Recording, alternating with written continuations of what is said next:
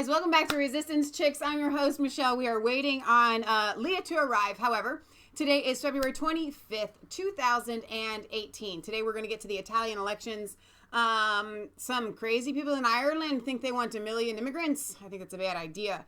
But first and foremost, what I want to take you to, this was sent to me by one of our viewers, Simon, and he says, let me see if I can, all right. Dear Michelle, I think this matter deserves some airtime for ethical reasons and is not being given the true gravity of its implications in the media. What this bill being proposed in the UK Parliament will do, if given royal assent, is to give license to despots in Britain, Britain's health service called the NHS, divine right of kings, to harvest your body parts. It is a clear power grab by the state to transfer your sovereign right as an individual human being to say no, unless you have pre-existing or explicitly opted out instructions on their database. In no way should this bill be given consent. The bill is putting into law that the state has sovereignty over your body, not you as a default position. So let's take a look at this article here from The Independent. Organ donation consent law change could undermine public trust at the ethic experts warn. Medical ethic experts, you try saying that 5 times fast, have called for caution as a proposed change to organ donation laws in England, which would make everyone a donor unless they explicitly register an objection, made the first step to becoming law today. This was yesterday. At the 2017 Conservative Party conference, Theresa May announced the bid to save thousands of lives by increasing the number of donors and removing the need for donor cards. A bill debate today claims the change to a presumed consent system would save 500 lives a year. However, experts from the Nuffield Council on Bioethics warned that the claim is not backed by evidence and risks undermining public trust. Data from Wales, which introduced presumed consent in 2015, shows it has not increased organ donation so far, and organ transplants have dipped from 214 to 187 between 2015-16 and 2016-17. The NCB says on its own, the scheme might make people more reluctant to donate. It would make me more reluctant if somebody is telling me, you know what, we're just going to take all of your organs. I'd be like, you know what, no, you can't have none of my organs. Without clear evidence, ministers should instead focus on factors which have been proven to work, such as training nurses to discuss donation with bereaved families and raising public awareness. We fully endorse the aim of increasing the rate of donated organs, but we are concerned that making a legislative change based on poor evidence risks undermining public trust in the organ donation system and could have serious consequences for rates of organ donation. Nearly 6,500 people in the UK are waiting for transplants. Hundreds die on the list each year. So I want to know what you guys have to say about that. Well, actually, they just did this they're doing this in the Netherlands as well. And it's actually scarier in the Netherlands than it is in the UK because their euthanasia is for the mentally handicapped.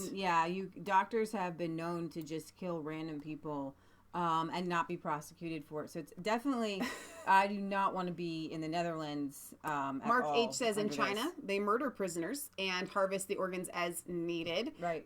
So what too says they just pick people up off the streets and harvest body parts. DT says, knock on the door. Hello, can we have your liver? Mark H. says, on my driver's license, I am listed as an organ donor. Colin says, this is a smoke and mirrors ploy to muddy the waters, in my opinion. Victoria says, ISIS is killing people for their organs. Sanhar says, they can have my organs after I'm dead, but they try to take them while you are kind of still alive. And Gary says, it's coming to America if we don't resist. I have to tell you guys, I think that this really, really is muddy waters. I couldn't agree more. It's really scary because what we saw with that young couple in the UK trying to save, it was their daughter, their infant little baby. They were trying to get him to go to the United States. And they wanted to pull the plug. And they were just trying to get it to the United States, where in the United States there were people and doctors volunteering to help this child. I'm sorry, I forget the name off the top of my head, but it was huge. This was just like last year. Charlie, I think it was Charlie.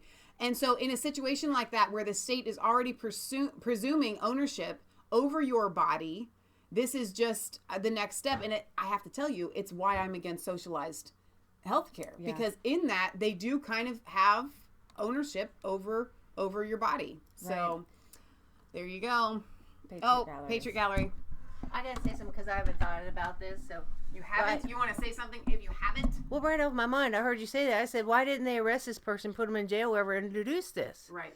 Because what you're doing is you're encouraging people. Backing it. That's no surprise. Well, you take all those people who talk good about it, arrest them all, put them in jail, because they're encouraging murder. Right. Because when families are desperate for organs, They will do anything. they will kill people. Right. And then they'll say, more people we kill with healthy, then we can have their organs. So this has to be stopped, and whoever introduced this bill has to be arrested. I agree. Thrown in jail. Well, Theresa May was one of them. She was kind of encouraging it. But yeah, I think that this is awful. The idea that once you're dead, like, it's okay. You want to donate your organs, that's fine. But the idea that it's assumed that once you're dead, your organs belong to somebody else.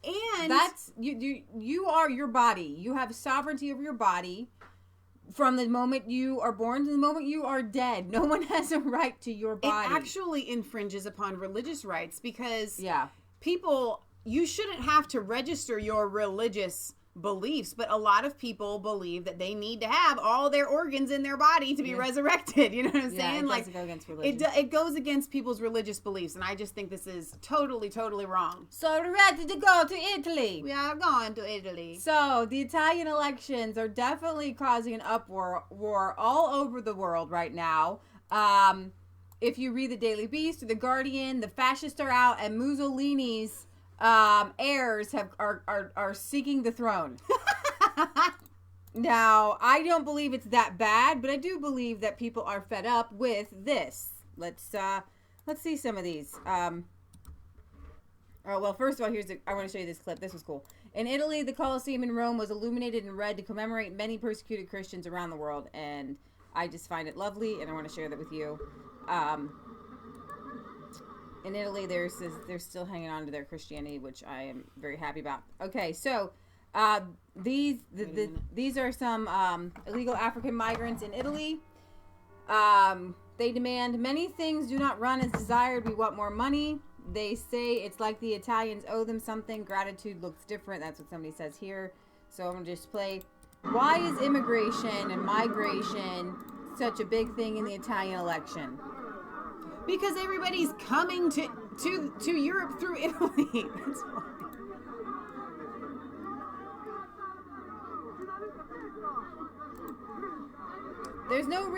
They don't really know the laws in Italy. They don't really obey them.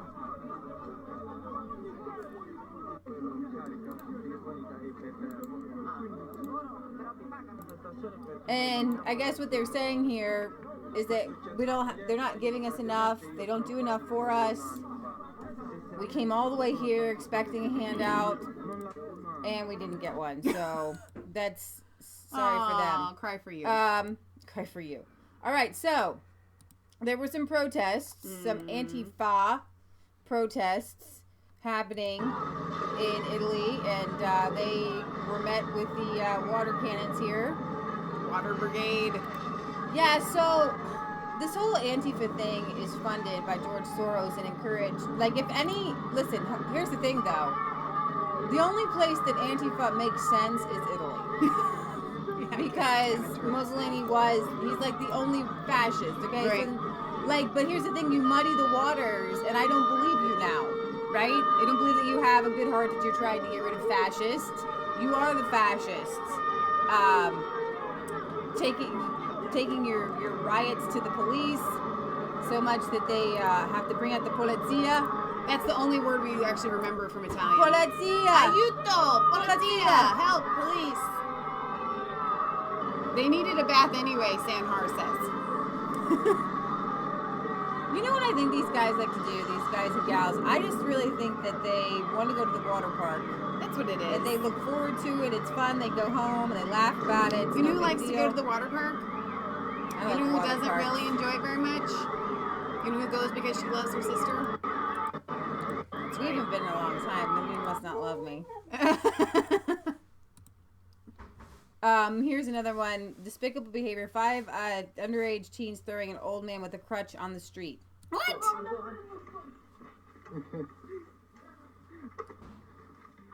You have to reach some sort of level of insanity. Yeah. Like your brain has to snap to pick on an old person or a disabled person or like a child or whatever. Yeah. And they film it, which is like, hey, you guys have cameras and cell phones and all that stuff.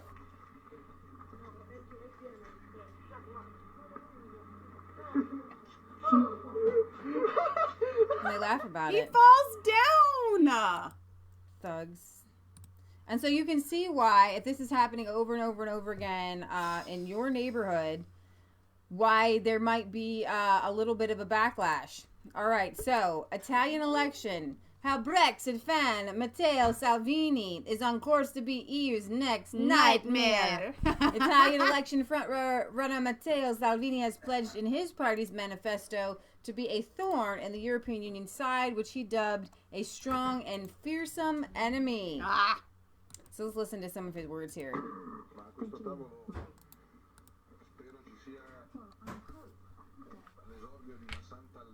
Dei popoli europei e benvenuto anche all'amico tedesco Pretzel, perché qua c'è in corso un evidente tentativo di genocidio dei popoli. Wait a minute, pause it right there.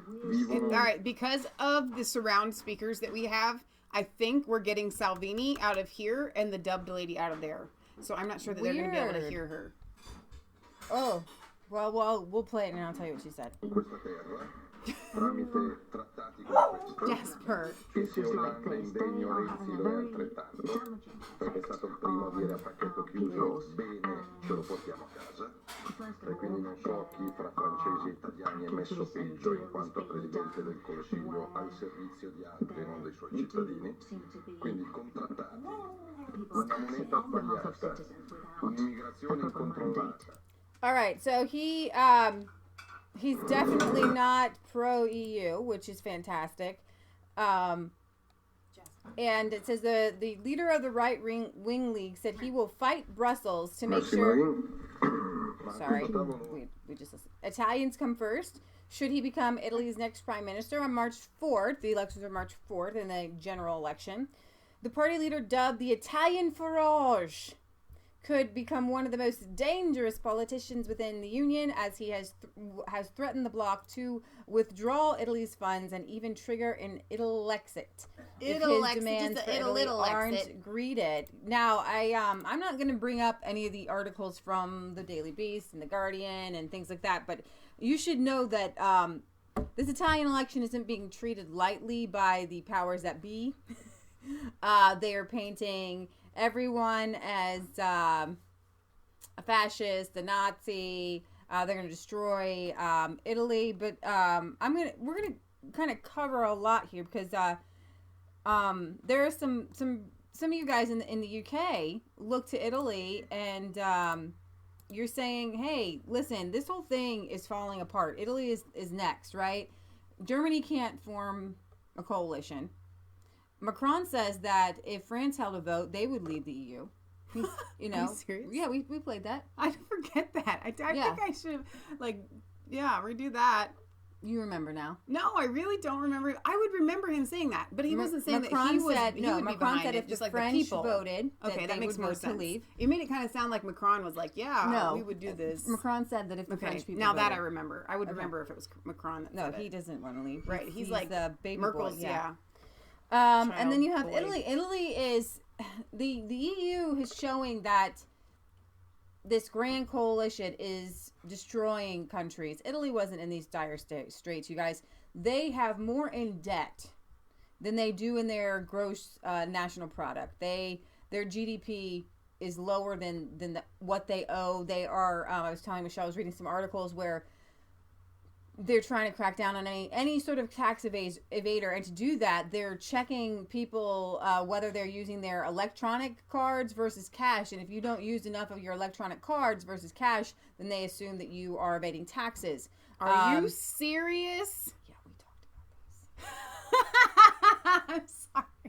I don't remember that.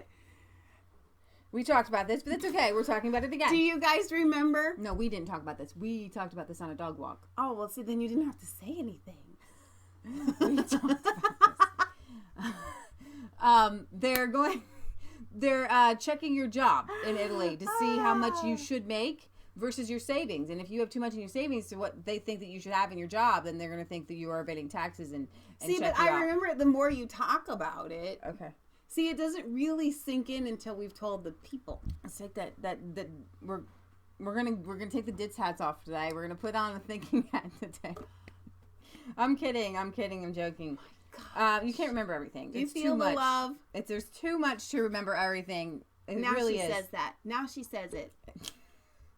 Focusing why his people come electoral here. campaign on fighting illegal immigration and protecting Italy from EU's unfair financial laws, he has often criticized both Eurocrats' calls for greater integration and the euro, which he renamed a German currency. He has often claimed that the regulations imposed by the European Union are damaging Italian industries and the Italian economy.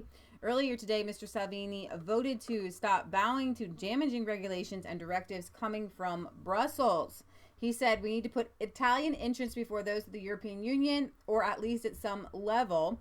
The laws imposed by Brussels damage Italian artisans and traders and pensioners. But hey, Europe is asking, so we have to obey. And this is what it's all about. We were going to take a trip to Italy in the early 2000s. And, Like 2002. and this wasn't an issue. Italy was doing okay. The Europe was doing okay. But what you find when you build your house on cards, or when you build, it's like a trailer rather than like a brick castle, tornadoes are gonna come in and they're gonna destroy it. And that's what the EU has done to these people. Now, Italy's 5-star leader, from another party, says that he may seek a grand coalition. Di Maio says he won't offer ministerial seats or seek alliance. The PD dissident faction leader says he's ready to support Di Maio. Luigi, it's quite an Italian name, isn't it? Di Maio, the 5-star movement's candidate for Italian premier, says he will offer a government contract to all parties if his anti-establishment group emerges as the biggest party, but without a majority in the March 4th elections. And that's what it's pretty much coming down to. There's a meme going around Twitter that it kind of explains in somebody else's words what each party stands for. And I didn't really like it because I would have brought it up, but it had the F word. Does it like the EU F? Yes. Does it like the EU F? No. Oh, that's so right. I didn't like that. So I'm not going to bring that up. But anyways, there's a lot of guys and a gal in this lineup, like 8 or 10. So it could be that they don't form a government and they have to seek some sort of coalition. If we want to put together single themes on which to build a program for the legislator, then we are there, Di Maio says Sunday in an interview with national broadcaster Rai. We will offer all parties a contract to be signed based on that the program. Polls before a blackout period was imposed on February 17th suggest 5-star was on course to become the single biggest party, but falls short of a parliamentary majority. Di Maio would only be given a mandate if he either wins a majority of the seats or could forge a government. Now, there are a handful of anti-migrant parties. There's at least 2 that are strongly anti-EU. Mm-hmm. So, that's why it could be split. Now, if there's only one, my opinion would be that it would be, it would go completely anti-EU, completely mass migration. But because you've split it in 2, you've got, I think you've got one with 18%, like a couple with 18 or 20%, right? So it splits it in half. And I'm hoping that, maybe they will be able to come together. If they come together in a coalition, then it will work out. And I think, I have to tell you, we aren't in Italy. Right. But the Italians that are there are very angry all the way up to the top. Right. And so I feel my optimistic side says that regardless of how this goes, it's bad news for the EU. So Salvini, who we just read from, says about the 5-star movement, they just chat. We do stuff. Salvini said at the Centro Duomo Square in a sign that there may not be a prospect for a deal. You guys, I would take it with a grain of salt, because you have to go against your enemies. Otherwise, how do you say, hey, I like this person. Yeah, we might work with them more. You know what I mean? Right. You have to go after them. So I think that there will be some sort of coalition. I agree. So Italy gears up to deal critical blow to the European Union election 2018. we'll just.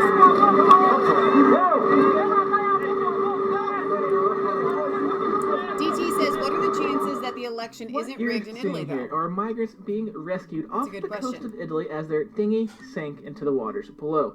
But before we get into why this particular element is important, take a look at this article. At least one analyst has proclaimed Italy to be the biggest threat to the European Union currently. But why is that? Well, because they're extremely Eurosceptic, and with the upcoming election, things are not looking good for the globalists of the world. And that has a lot to do with an unlikely alliance that has formed within Italy among the three most popular right-leaning parties. This makes them the clear frontrunner for the election of 2018.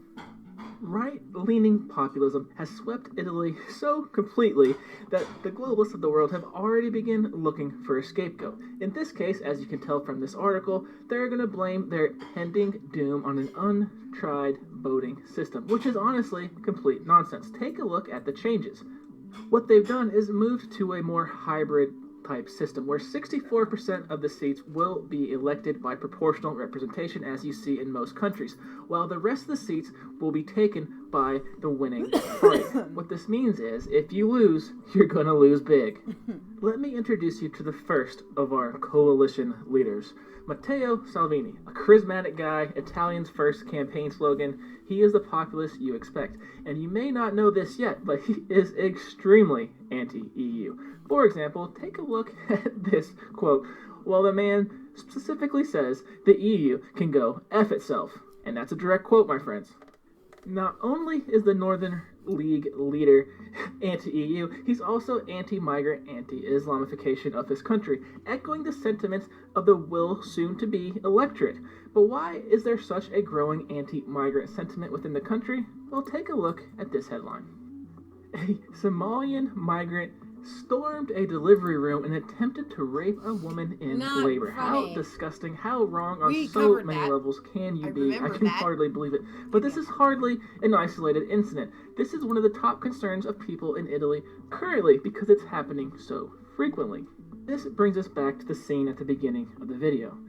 Non-government organizations are actively attempting to rescue migrants as they cross into Italy, which is fine. It's kind of sad to sit there and watch people die, except they're becoming so effective at it, they're in a way encouraging more migrants to attempt the crossing, kind of encouraging bad behavior, if you will. Next up, we have the leader of the Forza Party, Berlusconi, a 7 billionaire, if you will. He is a 3-time prime minister of Italy. However, he is currently barred from holding office due to some scandals which took place in his tenure, which is also why you will see his face front and center on every globalist news outlet, simply because he is a bit divisive. But again, he is a billionaire, quite a wealthy man, and to be honest, wealth is something the Italians desperately need. Although they are the second largest manufacturing company within the EU, they are struggling in almost every financial aspect. For example, take this graph showing youth unemployment. It's approaching 35%, which is the highest in the EU by far. Wow. You combine that with a massive importation of low-wage workers in the form of migrants, and you have, quite frankly, a recipe for disaster. And the country at large has an unemployment rate over 10%. So not healthy, not at all. Beyond just that, the banks of Italy, the oldest in the world, mind you, blame joining the euro, at least in large part, for the failure of their economy, for plunging their economy into total meltdown, as because they are on the euro currency, they cannot manipulate and help stabilize their country through interest rates, up or down. They just simply don't have that valuable economic tool at their disposal. So there's a lot going on here. Italy is in crisis right now. They are in crisis mode. And I it think is the people all are thanks desperate. to the EU. In addition, they might have been able to weather some storms of the financial aspects, but when you add in the hundreds of thousands of migrants who are doing horrible things, I have an article up. I'm not sure where it is, but the 2 Pakistani migrants arrested for raping of a young Italian boy at a railway station. And this just days before an election. 2 Pakistani migrants were arrested in the Italian city of Brindisi this week after being accused of raping a boy who was waiting for a train. at the city's railway station. 2 men identified as 29-year-old and 28-year-old have been accused of making sexual advances towards a young man at the train station and forcing him into an alley where they raped him. Two guys raping a young boy. And we have the Somali going into the hospital. You have the migrant who raped the young woman who might have been a drug addict, but doesn't matter, and chopped her into pieces. And so while the Guardian, the Daily Beast are saying that the Italians are focusing too much on migration, that they have bigger issues, I'm not going to worry about my bank statement when there's somebody at my door with a gun or a knife trying to attack me or my family. Right. First of all, it's self-preservation. And then you worry about the economy. And then you worry about how you're going to put food on the table. But it doesn't matter if you can put food on the table if people are being raped, chopped into pieces, and this safety first, right? But the economic ramifications go hand in hand with the migrant issue. Because as you're seeing with the unemployment rates, that also goes with the government. They don't have enough money to pay for these migrants. These migrants come over and they want handouts. They want to be clothed. They want to be fed. They want to be sheltered. And so when you're looking at Italy and their government already is kind of shaky monetarily wise, you can't add that burden to them. How is this even a possibility? Study: more than half of asylum seekers in Italy are mentally ill and prone to aggressive behavior. And this is from October of this past year. We covered this. But still, I mean, seriously, how is this even a problem? How is this even a thing that half of them are mentally ill? Could it have something to do with how they were raised? Could it have something to do with their religion? Could it have something to do? But they aren't wrong. It is a mental illness, unfortunately. And they're prone to aggressive behavior and psychotic episodes. According to a study by psychologists, research into mental health of asylum seekers living in Padua, northern Italy, found that 54% of those samples showed obvious symptoms of post-traumatic stress disorder, which I understand.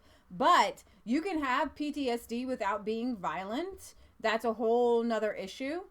What emerged from our investigation is a high level of trauma and discomfort we found among asylum seekers. And this suffering forms the basis of antisocial attitudes. That's not true. Yes and no. When you have a traumatic event, that doesn't mean that you're going to go and hurt somebody, okay? You can be molested as a kid. You can be hurt.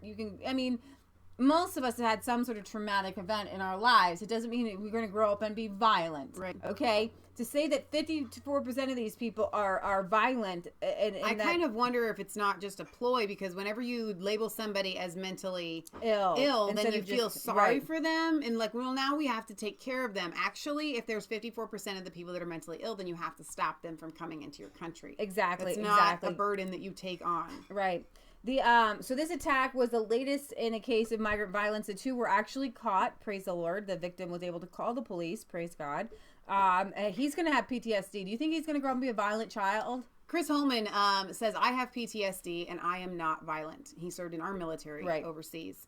So no, Chris can testify, and I'm sure he has friends also, that you don't have to become a violent person just because you have PTSD. Well, just because you have a traumatic event that causes you to be afraid of something. So let's see. Well,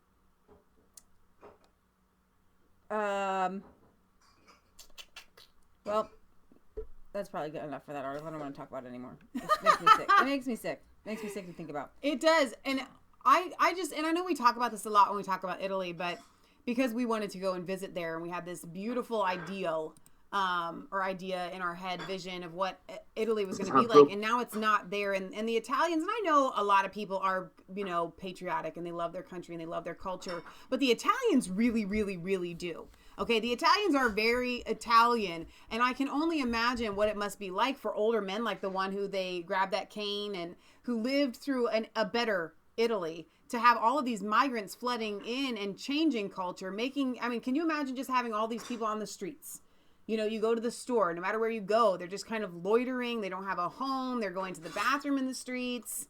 All of Italian culture is being shifted. So that's why I'm saying I am actually encouraged. I think they will form a coalition no matter what happens. And I think you hit the nail on the head when you said, no, beforehand, when you're fighting, it's kind of like Ben Carson and Donald Trump. When they were running against each other, they had to be running against each other. But then after the fact, Ben Carson was like, hey, all right, let's get on the Trump train. Ted Cruz. Yeah.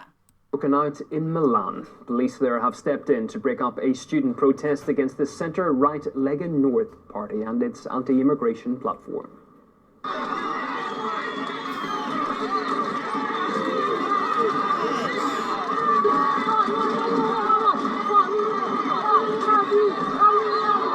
The unrest started on Friday in Pisa and Turin and has spread to other Italian cities. Lega Nord, the main focus of the anger, held its own rally in Milan on Saturday too.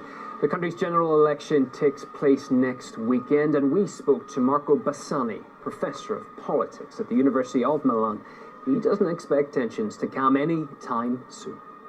We tend to explain a lot of things with unemployment, and the economic crisis, but there's another story. The story is that there is a growing legitimization of the radicals, any kind of radicals. It came from the economic crisis. In due time, I don't think that Italy can go on like this. There are too many differences between the North, the South, and nobody addresses the real policies that could change, that could change the situation. Government spending goes up, borrowing goes up, the national debt is out of control, and nobody even talks about the real issues. Clashes have broken up. So, I understand what he's saying is nobody talks about the real issues, but here's the thing, when you're being invaded by an army, that's your first real issue. And I would be upset too. That's my first issue. That's what I would be talking about more than anything else. So I do have some... let's see. No, that's Australia. Nope. I'm not going to Australia just yet. I have a clip here from people in Britain who are saying, hey, You didn't play that clip already? No, I didn't. I talked about it. Okay. Patriot Gallery. Here's some. I just want to give people something to think about while you're showing all this stuff. I was thinking about with the UK thing, and they want your body parts. And I thought, well, these people go to jail. Well, if the government, this is from our founding fathers, fears the people, they're going to change their ways. Yeah. And if the government thinks the people are going to rise up and put these people in jail, they'll change the way they speak. Now, we have this guy here on the internet called Q. And Q is always saying, follow the money, follow the money, follow the money. Well, if you follow the money, you're following fake money. You follow back to printing presses. Who printed that money up? Well, they're in power because they gave themselves all the money. Right. If you printed money, you're going to keep it all for yourselves too. Correct. And so Alex Jones has this show called The War Room. So when he started The War Room, I thought, okay, we're going to strategize and have a war conference on what we can do to fight this war and win, so the government fears the people. Well, they really didn't do that. They keep just giving stories but without solutions. I don't believe you can mention a problem unless you mention a solution. Now, this is my solution. If you look on God's solution, hopefully you fear God. If you start fearing God, God says to pay him 1/10 of your income. Well, God told me silver dime. Well, that silver dime belongs to God. So if you're giving God in your donations to church these euros or paper, you're not giving God what you're supposed to give him. You're supposed to give him a silver dime. And if you have in our country an eagle, which is a $10 gold piece, 1/10 of that is a silver dollar. And so you got to have real money if you fear God, and you're going to give God 1/10 of what you have. Now, there's lots of gold over there in Italy. There's lots of gold in Switzerland. The CIA has a stash of gold in Switzerland, and the Vatican has a stash of gold. The Vatican has more than a stash. Who is the biggest bank in the world? Now, who created that gold and silver? God. Who did he create it for? Just for the Vatican? Did he create it just for the CIA? That gold belongs to everybody in the entire world to trade and buy with. We're not supposed to use this fake money. So in my opinion, as long as you have these Muslims are good at one thing. They're pirates. The pirates of your sea and your movies and stuff, they were always the Muslims. They were always your Middle Eastern people. They're great at piracy. So you get all these Middle Eastern people in Europe, in Germany, and all these different places, you got to tell them where the gold and silver is. Now, if there's millions and millions of them, they could override the Vatican. They can override the Switzerland banks and get all that gold and silver out. Now, they can't carry it all, so they're going to leave some behind. So the rest of us are going to get the gold and silver. Now, go back to Africa, where the gold came from, with the gold you can carry. Go back to the Middle East, with the gold you can carry. But we have to have a plan.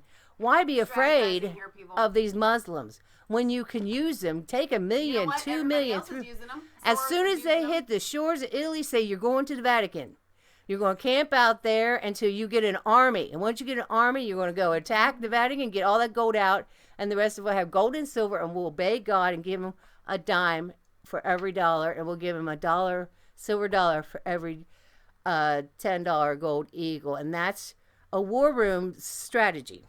You heard it here first, folks, from Patriot Gallery. The plan to use the Muslims to charge the Vatican to take the gold and silver. I don't know why they haven't thought of it yet. It could work. I don't know why they haven't. It kind of feels like a movie. You know what? No one else has come up with a better plan. Could work.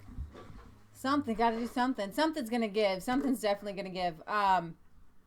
Wait, she's not finished. She's got more to her plan. Well, we've been doing this for a year, talking about rapes and molesting, and they've got all this anger in them. They could really use this for good. For getting the gold. And why keep talking about people being raped? Why keep talking about politicians who you know are going to stab you in the back? Right. Ooh. You need to start your own government and your own people, and that's what I thought the war room was supposed to do, and they never did do it.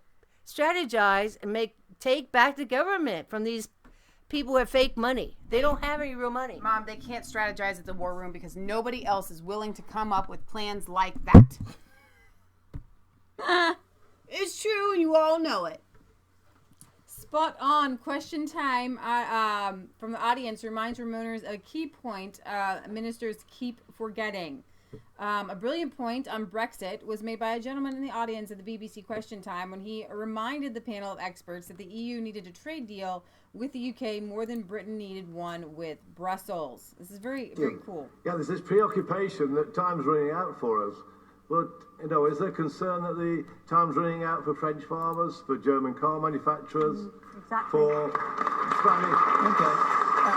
Spanish tourist resorts? And last of all, is time running out for the Italian politicians who've got a debt that makes ours look like Toy Town, and also they've got elections coming up and youth unemployment of 60%. Okay, well, you're talking about every time running out.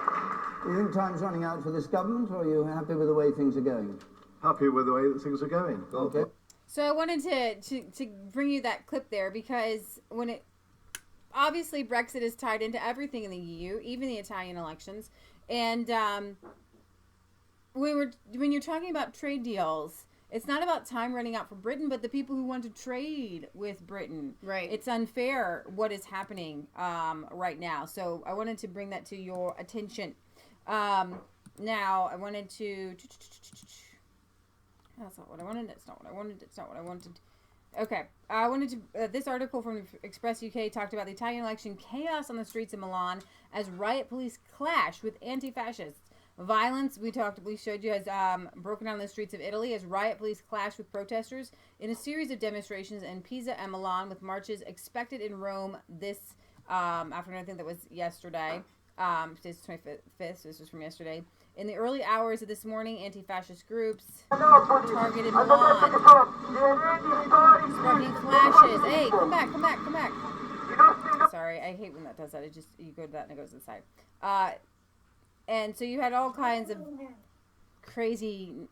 Do you feel like this is a grassroots movement of anti-fascism? I don't think that these people know what they're doing. I really don't. Salvini said, I wonder if this rabid anti-fascism that is being vented today in Italian squares against a dead fascism is not actually a weapon of distraction that the ruling class uses on students and workers to push the masses to fight a non-existent enemy. Salvini climbed over 2 barriers and forced his way through cameras to shake hands with people. Not far from the central Piazza Duomo, police clashed with the left-wing protesters. So all across the world, when you see these young college students and workers, you see it's not fascism that they're fighting. They're actually fighting for communism. It's the same spirit, the same globalism. You know what I find really interesting? And that when they are violent, then they show their true faces. This week, and we're going to put a link to it, we were interviewed by IPP TV, Make Poland Great Again, their English-speaking arm of their station, and they spoke to us about how the globalists are using the universities and the schools to change the minds of the young people. And it's something that we see that is absolutely consistent worldwide. Right. That they realize that in order to change a world, you have to start by brainwashing the children, which is why we believe it is so important to pull your children from public schooling. Right. Because your kid is going to be indoctrinated. It doesn't matter how much you train them at home, how much you try to tell them, you know, what's right, what's wrong, prepare them for this sort of thing. I think here in the United States, the statistic of kids that grow up in a Christian home that lose their faith by the time they've graduated high school is like 80%, somewhere in there. So it doesn't matter how much you train your child. If you don't have them, the government has them for 8 hours a day for 2/3 of the year. No, you don't have your child. So I wanted to so they can use it worldwide. This thread about kids. Italy. When you think of the chaos at Italy elections campaign, remember that virtually all opposition parties made deals with Putin. This guy in his thread shows it as a bad thing, right? I don't. Here is, I guess, Salvini, Putin's party signals deal with Italy's far-right Lega Nord.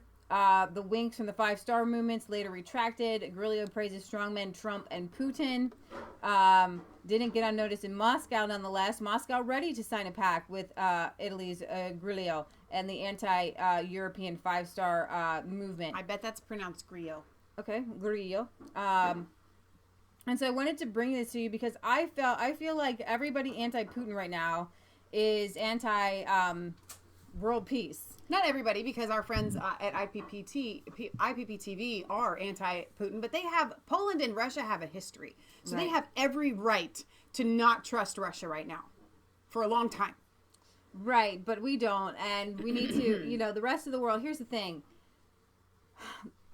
Salvini said, I would choose Putin over Juncker. Yeah. And that's what I would say every day. And on that point, I'll just leave it at that, because Juncker says it would be a good for Britain if I were their prime minister. Oh, wow. Arch-EU federalist and president of the European Commission, Jean-Claude Juncker, claimed it would be better for Britain if he were prime minister. Juncker made the comment on Friday on the way to the EU summit when he was asked for his thoughts on the high-level cabinet meetings of the British government the day before. I'm not commenting on the outcome of the meeting until I know the exact conclusions. I am not a British prime minister. It would be good for Britain if I was. Conservative MP Nigel Evans, executive secretary of the 1922 committee, allegedly reacted to his remarks by saying, I wouldn't put Juncker in charge of my wine rack. EU officials immediately said it was a joke, but you know exactly what he thinks about Britain there. So leave your thoughts about how you think the Italian election is going to go, and I think it's going to be a good blow to the EU and eventually a good blow to real fascism and real control. So I agree. I'm excited. My headline, March 4th is the day to look to. My headline I put in there because this isn't necessarily the biggest story, but it was one that shocked me. The Irish government paid the press to promote plan to grow the population by 1 million with mass migration. The Irish government has been slammed for paying journalists to write good news about the Project Ireland 2040. And veiled by the government last week was a commitment to spend 116 billion euros.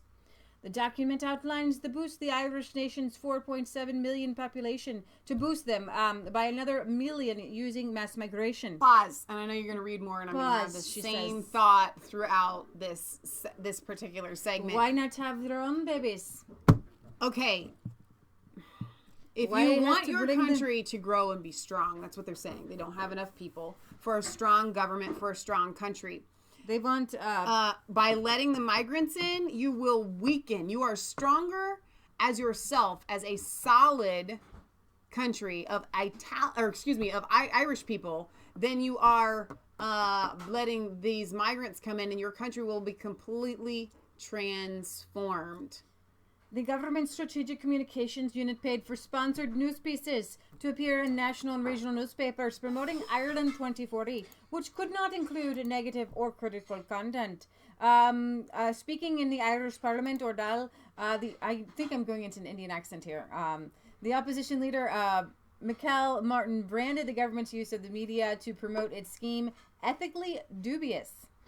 The blurring of the lines is genuinely worrying from a parliamentary democracy point of view, he said.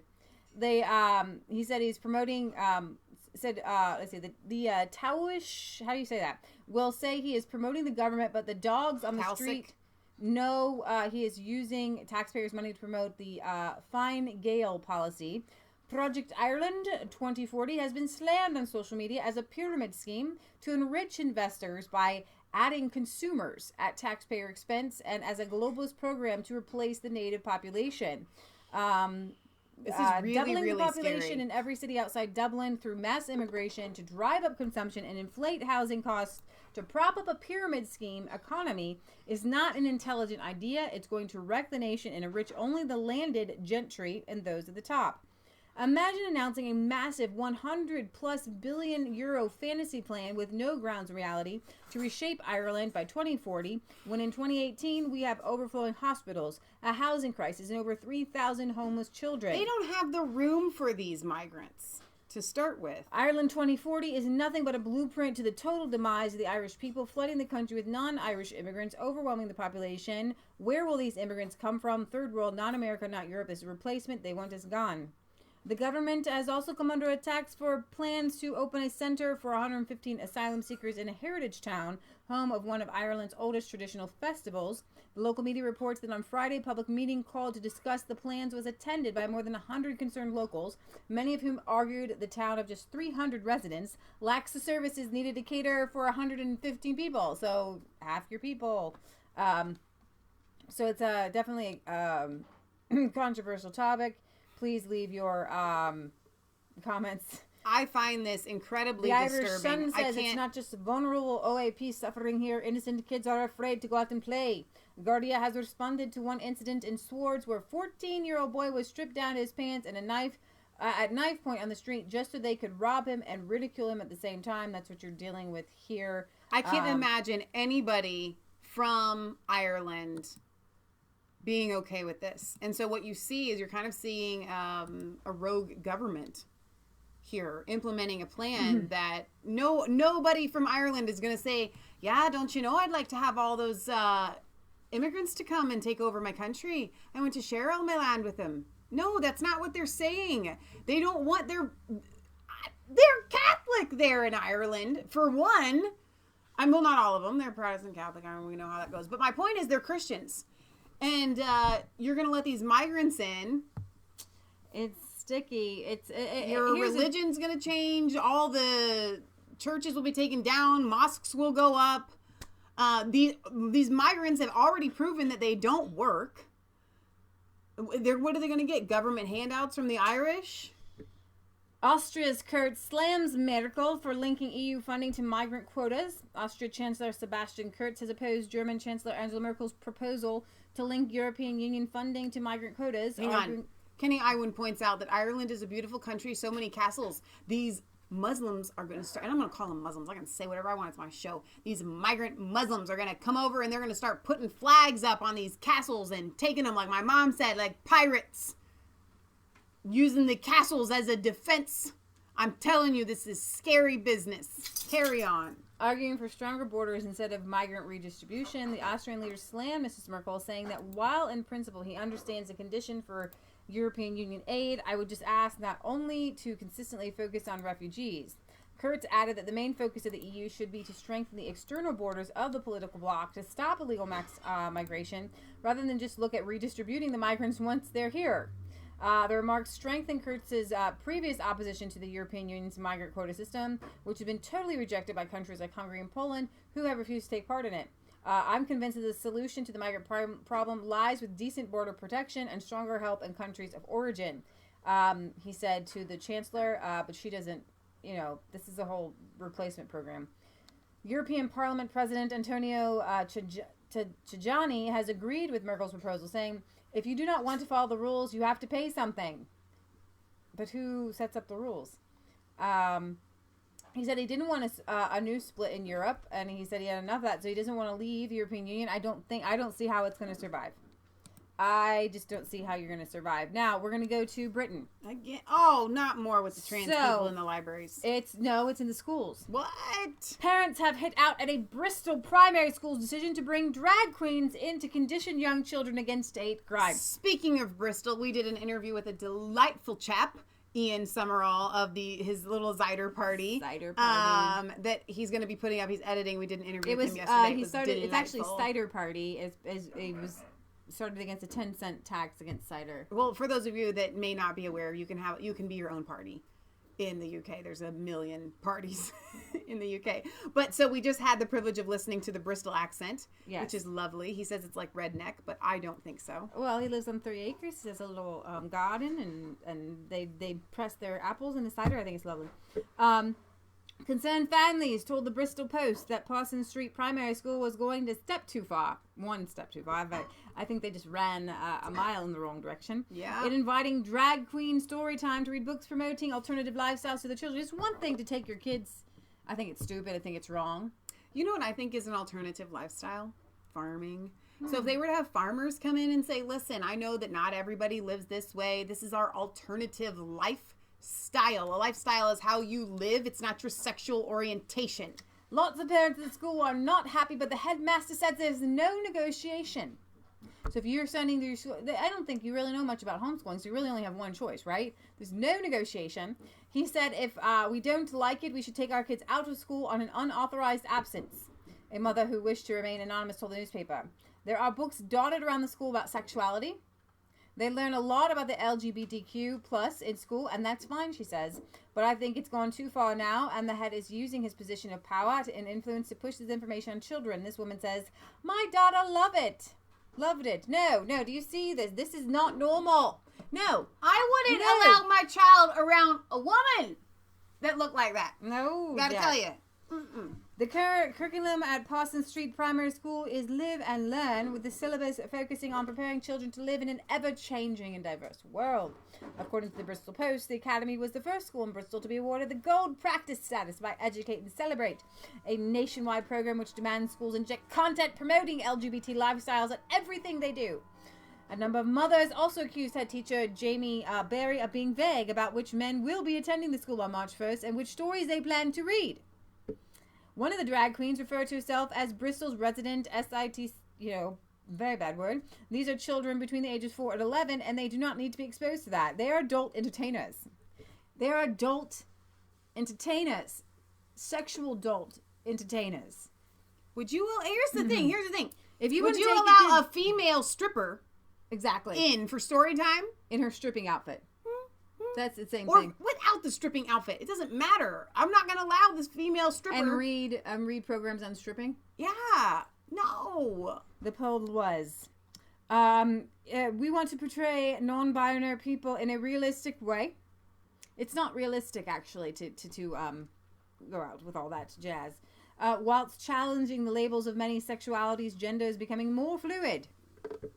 Does this mean our sexuality will too? It certainly does for our protagonist, Dan. F the Boxes, an LGBT short film. Drag Queen Storytime founder Tom Canham said while he appreciates the concerns of the parents who fear the event will not be suitable for children, he argued that the group's stable of cross-dressing men are at the top of their field in their art form. And like all performance artists, are able to tailor their performance to the audience that they work with. So, while doing sexual things for sexual people, and in the adult world, we will tone it down. I wholeheartedly believe that they should learn about these ideas. I wholeheartedly disagree. When you introduce tolerance, when you introduce sexuality to a young child at a young age, you just confuse them. That's what I am saying. He says they take it on board. Many of the children will not be LGBT themselves, but they will at some point come into contact with someone who is. This is not a realistic view of a female. The eyelashes are about 3/4 of an inch long. Do you see those? I mean, that's some intense veins there. But obviously, the entire thing here, you all can just use your own judgment there. Not really realistic. That's for the libraries, right? Learn, read, connect. And this is the picture that they want your kids to come see. Now, imagine it's a woman dressed like that. Yeah. With the big wig and the thing and the thing and the thing. I'm not taking my kid to go see no Dolly Parton, man. Don't forget, you can come and see the DQST and the Cookie Monster. The Cookie Monster. As part of the Illington Reads on February 27th and March 1st, Cookie Monster have one of the most talented queers on our roster.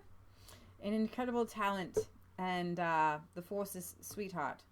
More than 2,000 children have now been exposed to the project, which holds sessions at taxpayer-funded schools, community centers, and libraries at which children learn songs about transgender teddy bears, and drag queens teach about homophobia, misogyny, racism through reading books which promote queer and LGBT lifestyles.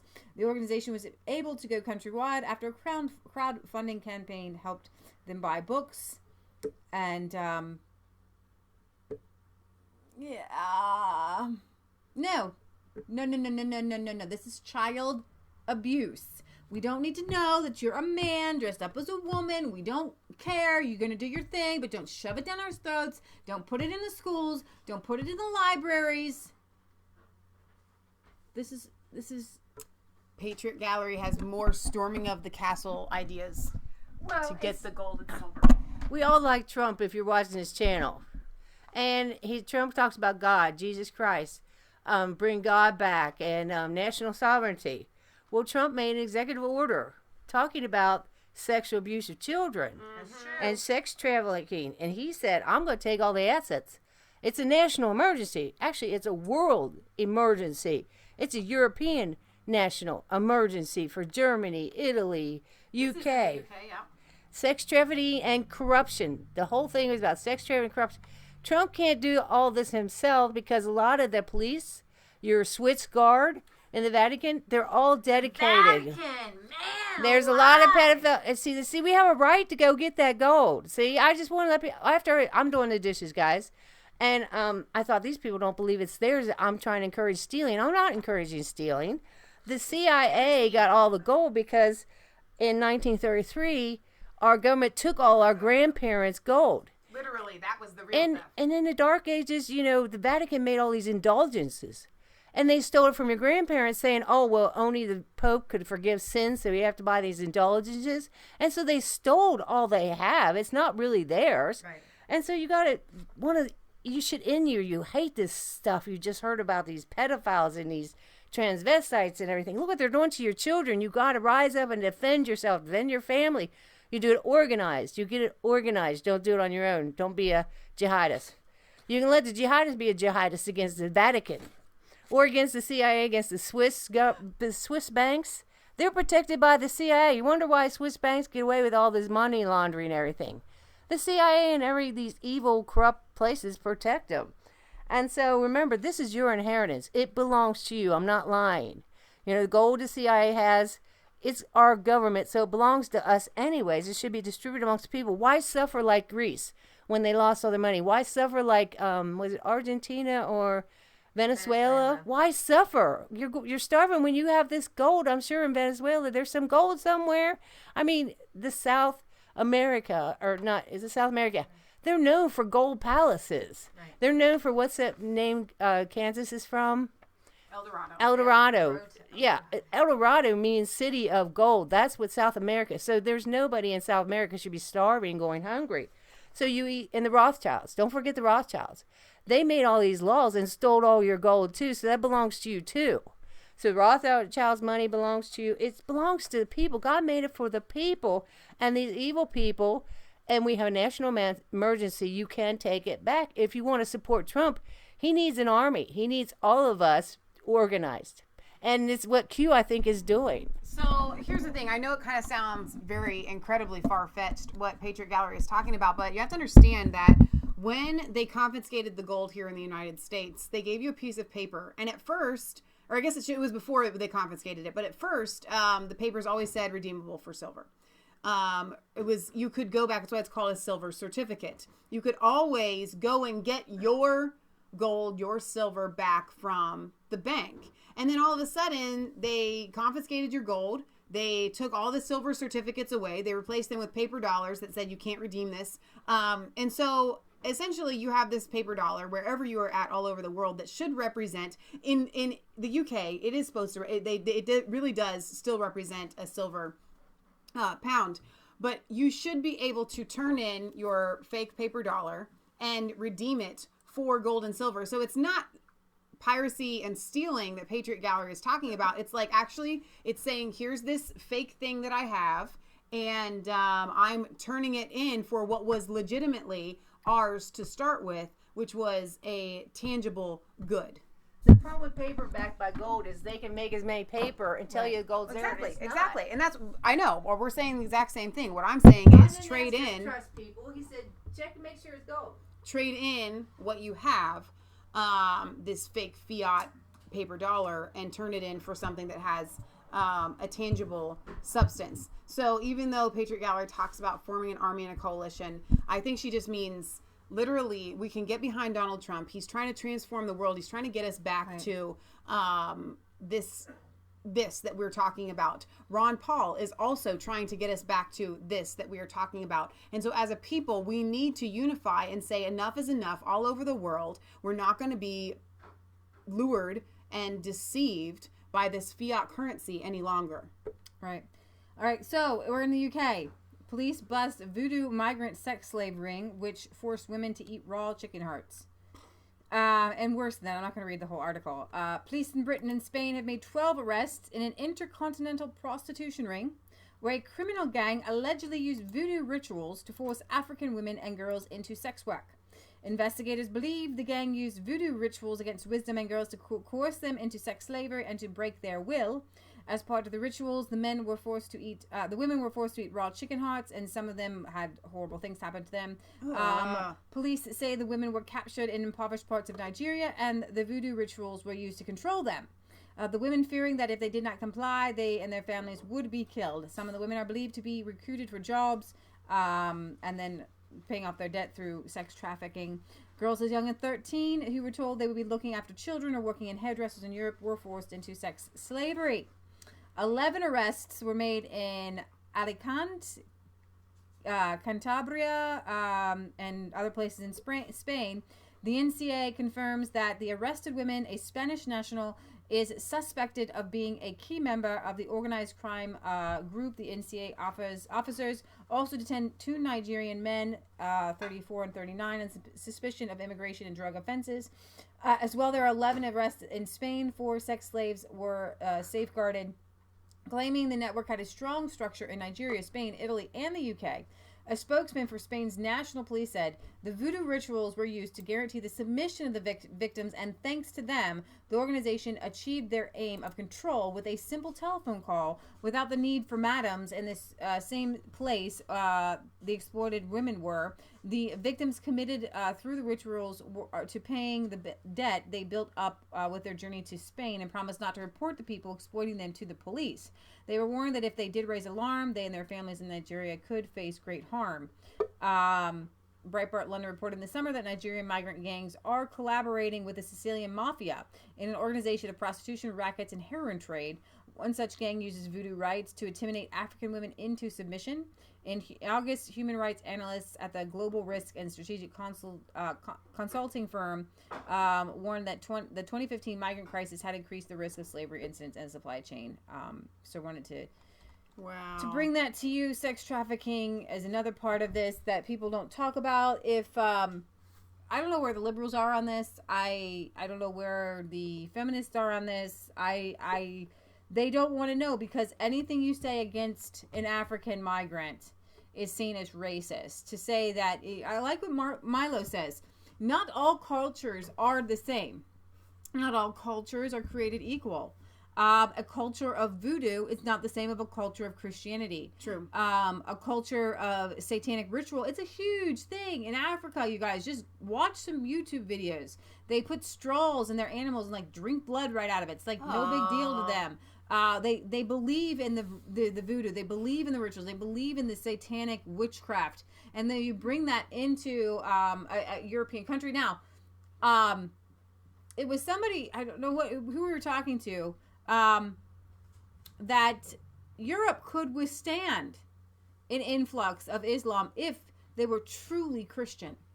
Wasn't it Ivan? Yeah, I think so. If you're really on your knees before God, then you're going to be converting these Muslim immigrants. Yeah. They're going to become Christians. And so if you want to really combat the influx of Islam, you've got to have a base of Christianity. And the watered down Christianity that you see in the UK, it barely exists. It's not even holding on. We have a few Bible believing Christian UK people here. Unfortunately, in my humble opinion, all your strong Christians left and went to America in the 16, 17, and 1800s, and not many stayed behind to keep Christianity alive, and that's actually just plain truth. And so you have the remnants of Christianity. You have like the dust of Christianity left in Europe. It's almost like people saying that they're Christians the way that people say that they're Jewish.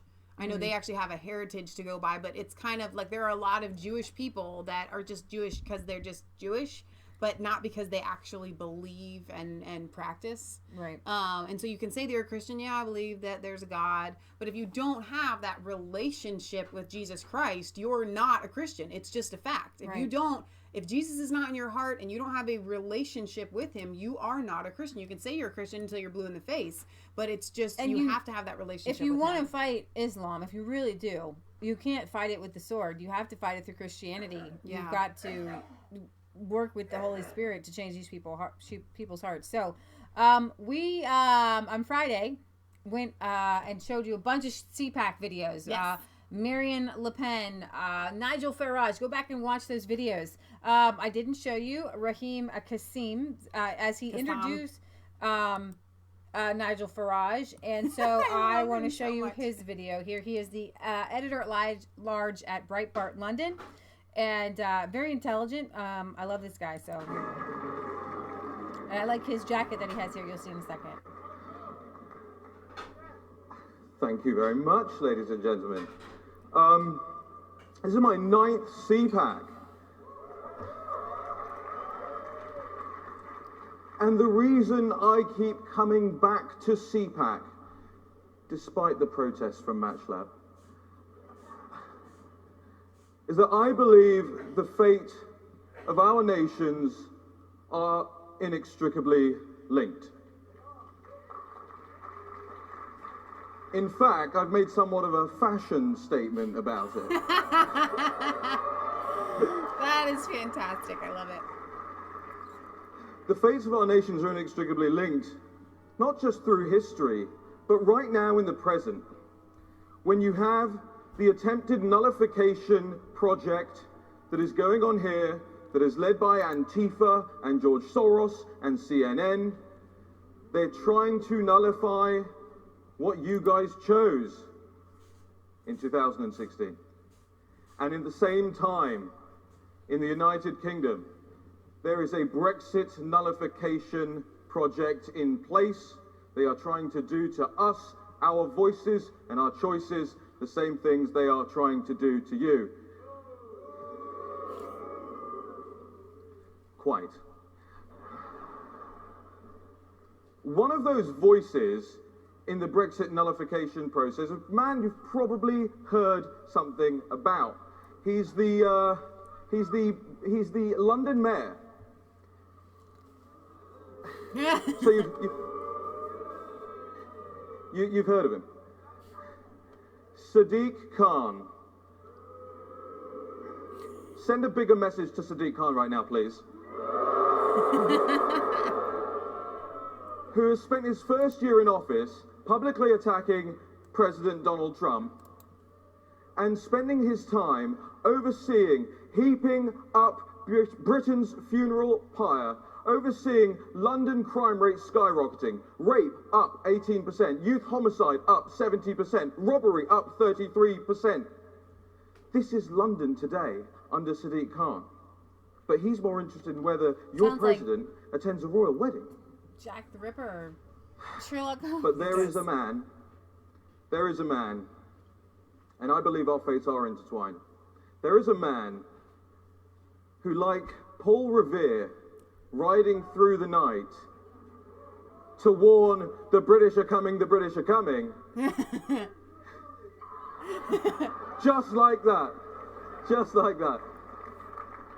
There is a man who has rode for nearly 30 years in the face of the European Union and the BBC to scream, the British are leaving, the British are leaving.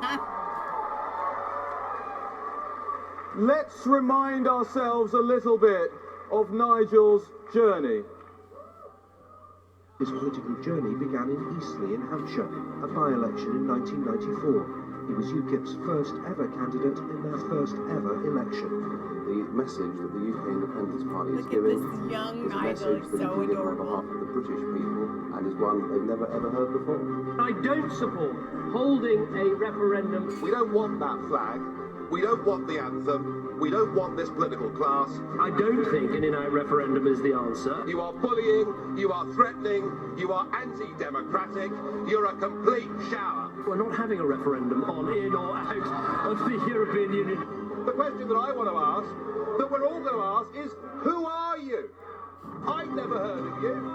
Nobody in Europe had ever heard of you. I would like to ask you, President, who voted for you? The issue of a referendum, it's not our view that there should be an in-out referendum. I don't want Britain to leave the European Union. Nigel Farage hopes David Cameron will one day eat his words. We'll get the results of the European elections. Did we get what we like? Things will never be quite the same again. The UK Independence Party has managed to win over the hearts of the majority of the British public. We will give the British people a referendum. It will be an in-out referendum. My vision is to put this country and the British people first, and for us to divorce ourselves from political union and to re-engage with the rest of the world. It is upbeat, it is optimistic, and you know something? I think we're going to win. And UK is going to be in the back of the queue. The consequences would be negative. What comes first, World War III or the global Brexit recession? What I think they really mean is they just don't think we're good enough. What I do. Give us a beat for Brexit. Hey! That's it. Give us a beat for Brexit. Our leaders don't believe in the country. You know, and we can run our own country and we can control our own borders. Ladies and gentlemen, we're calling time on Britain's membership of the European Union. This is one vote that really will change things. So go out, vote for your country, vote with your heart, and do it. The wait is over. Brits head to the polls today to decide their future if they choose Brexit, to leave the European Union. In or out, it is too late to change your mind now. Dare to dream that the dawn is breaking on an independent, united kingdom. And Sky News is projecting that the UK has voted out. We've done it. It's Independence Day. The ordinary, decent people of this country have overturned the establishment. There are 17 million people that voted for Brexit. It's a victory for ordinary people. June the 23rd needs to become a national bank holiday, and we will call it Independence Day. Ladies and gentlemen, without further ado, it's Mr. Brexit, Nigel Farage!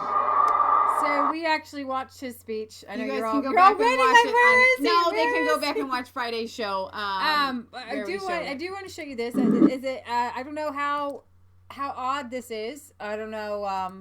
I came across this today. Lord Stevens of Ludgate. Everything we've seen since the referendum justifies our decision. So I guess there were people in the House of Lords who decided that they wanted to leave. The situation in Poland, no stable government in Germany, the upcoming elections in Italy, and even President Macron says the French may vote to leave if given a referendum. Everything we've seen since the referendum justifies our decision. The general dissatisfaction throughout the EU with the present arrangements.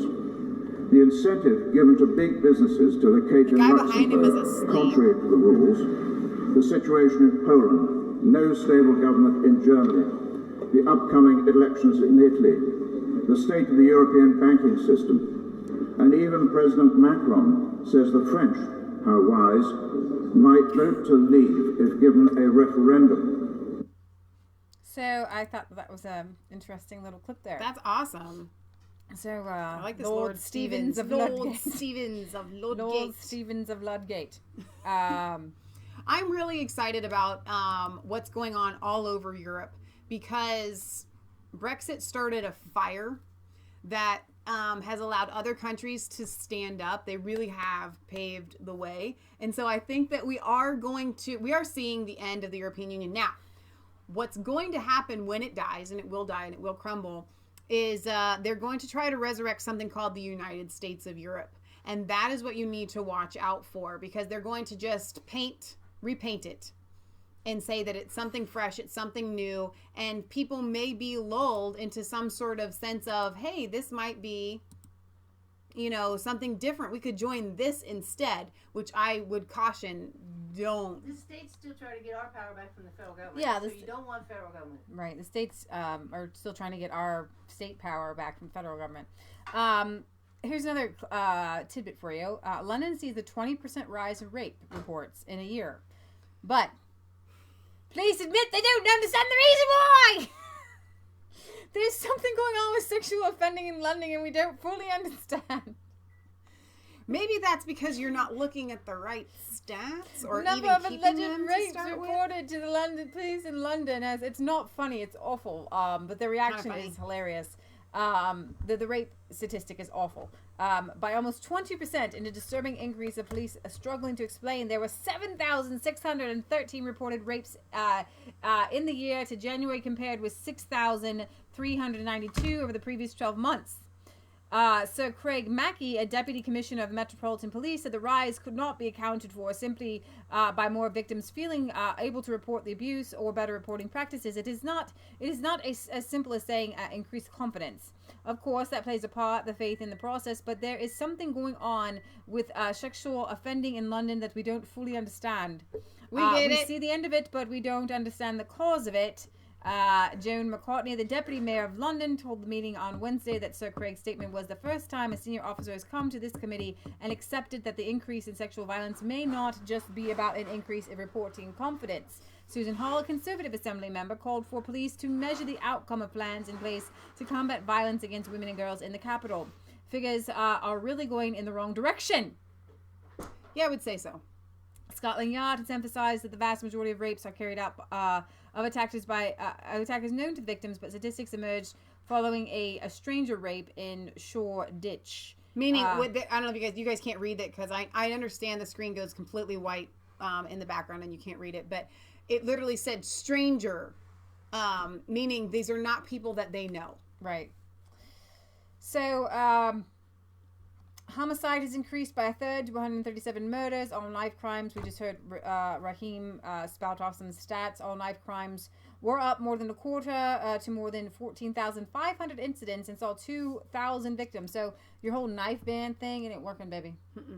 Personal robbery has increased by 40%. 40%. Remember, we have the moped thefts, right? Stealing cell phones. Theft from the person of a third, and Islamophobic hate crime by 39%. You know what? And here's the thing. There is a consequence there. And I'm not going to dismiss it. And that's the difference between us and them. I have no problem looking at the stats that are people who are angry at Muslims committing crimes. I will look at those stats all day long and I will decry it. I will say that's wrong. They shouldn't be doing it. But I do understand that when you silence the stats of why these 20%, this 20% increase is happening, why the knife, crimes are increasing, if you do not equally say this is happening because these are Muslims and they believe that it is okay to do these things. If you're not going to look at those kinds of stats, then I don't care about your Islamophobic stats. In all honesty, and what's more is the reason why it's kind of like, I'll just say it. The reason why these people are attacking the Muslims is because they are angry. It's not that they're Islamophobic because of their religion. Oh, I just don't like that you worship Allah. They're trying to take the law into their own hands, which doesn't make it right. What do you expect? If you guys actually looked at the stats. But the crimes, are they physical crimes? Are they crimes against humanity? Are they internet crimes? You can't take that kind of thing seriously because they are going into people's homes. They are arresting them because they post something on Facebook. Right. The Archbishop Welby attacks Brexit. Welby. Tells Welby tells Brits to welcome mass migration and change with the newcomers. The Church of England's most senior clergyman has attacked Brexit. And Britons, they must welcome mass immigration in an extraordinary political opinion piece. Archbishop of Canterbury Justin Welby made his intervention in the Mail on Sunday, which, like Welby, backed the Remain campaign during the EU referendum. Brexit has divided the country, and now we see a new narrative, he asserted, insisting we must heal the division caused by the vote and accept the dissenting voice, an oblique reference to people like himself. Like most Remainers, Welby failed to consider that the country must have been divided before the vote, considering enough people were unhappy with the status quo for it to be overturned in a ballot box. Being satisfied with the existing situation themselves, Welby and his fellow travellers simply failed to notice the discontent, only discovering the divide when the referendum put them on the losing side. The Anglican primate made it clear that his new narrative did not include a turn away from the unpopular policies of mass migration and state-sponsored multiculturalism, which are and have done much to undermine social cohesion and weaken Christianity in the United Kingdom. He lectured readers on the importance of welcoming strangers into our country and told them we must be generous and allow ourselves to change with the newcomers and create a deeper, richer way of life, including wearing headscarves and obeying Sharia law. For his own part, Archbishop Welby has been enthusiastic about adapting his church to suit migrants, creating a new bishop forced on ethnic minorities in the belief that the Church of England is too English. We must be warm. See, if you're welcoming Christians, this is what I would get, right? I would get having, more ethnic bishops or let's have some African food. If we're coming in and you're coming and you're going to be a part of England, right? And you're going to be English. You're not going to create a separate world. So let's create an ethnic part. I understand that people have a different, maybe ways of eating and sleeping and drinking and all kinds of crazy things. But here's the thing. You can't have a Church of England that's too English. You can't have a Church of England that is too Christian. Okay, I understand developing an outreach to different ways of living to African migrants, welcoming them into the church. Right. But if you're Islamifying the church, that's where the problem is coming. Welby said that the most important building blocks of our nation have been undermined in recent decades, but rather than discuss the denigration of public morals, national identity, and traditional family, he named those building blocks as housing that centers on people, medical care for free at the point of delivery, and generous state benefits. It kind of reminds me of, let's say you have... let's turn it around. Let's say you have a bar that has a bunch of bikers and they go there and they hang out and they drink and they, do poker runs and things like that. And then all of a sudden you have a bunch of silver-haired old ladies that knit and they want to go into the bar and all of a sudden they say, you know what? We want to join this bar and you bikers. But from now on, we want you all to start knitting and stop drinking very much. And I don't like that smoking and those curse words. We have to stop with those curse words, okay? Because this bar needs to be more open to the little old ladies. And so this is what you have to do. We are coming in, we're taking over your bar, and no more poker runs. Those are dangerous. I actually see the reverse. The bar members going into the church. No. That's what I'm saying. I want people to see the stark ridiculousness of this. You do not go into something and then all of a sudden say, now you have to accept me and change everything that you do because I am here now. You don't do that. Exactly. Okay, so at the end, I'm going to play a couple clips, I think, of Nigel at the end, in case, just to give you a taste, because you can never have too much Nigel. All right, so, going to Australia. We're actually at, you want to work on your accent? G'day, mate. The government must know. The government must know who in its country has the right to control its borders. Australian Foreign Minister Julie Bishop told Hungarian public news channel M1. Bishop stressed that despite the geographical distance, Hungary and Australia have the same views in several topics. We share the values and maintain a business trade investment relationships with great potential, she said. Bishop added that the Australian wants a free trade agreement with the EU and relies on Hungary's help. Stop laughing. It's not helpful when you laugh. Oh my gosh. She described her meeting with the Visegrad group, foreign ministers, very positive, and added that it's important for Australia to hear the V4's opinion for the EU bishop, added that Australia and Visegrad countries have many shared interests. Julie Bishop gave an interview to pro-government daily Maia Iduk 2, in which she described the Australian migrants' policy and reiterated the importance of a free trade agreement. So, speaking of Italy, I have my one Australian thing. It literally takes it makes me out of breath to do that accent. There are some migrants in Italy. Has Australia? I keep saying Italy. Australia. That's Austria. Did I close it out? You know what you didn't show? Australia. You never got to Trudeau. Can we do that today? We might be able to. I closed them all out. But that was pretty funny. Australia has decided not to take a group of some migrants. They decided not to take, but I'm not sure if I'm going to find it. It's frustrating. I think I must have closed it out. Oh, here it is. Nope. Tony Abbott says no Rhodesian refugees to Australia. Wait, no, that's not it. That's from 2015. So I guess that's not it. Sometimes we win, sometimes we lose. All right. Moving on. German AfD leader, it's a big mistake to punish Britain for Brexit. They shouldn't be treated that way. I find that incredibly refreshing.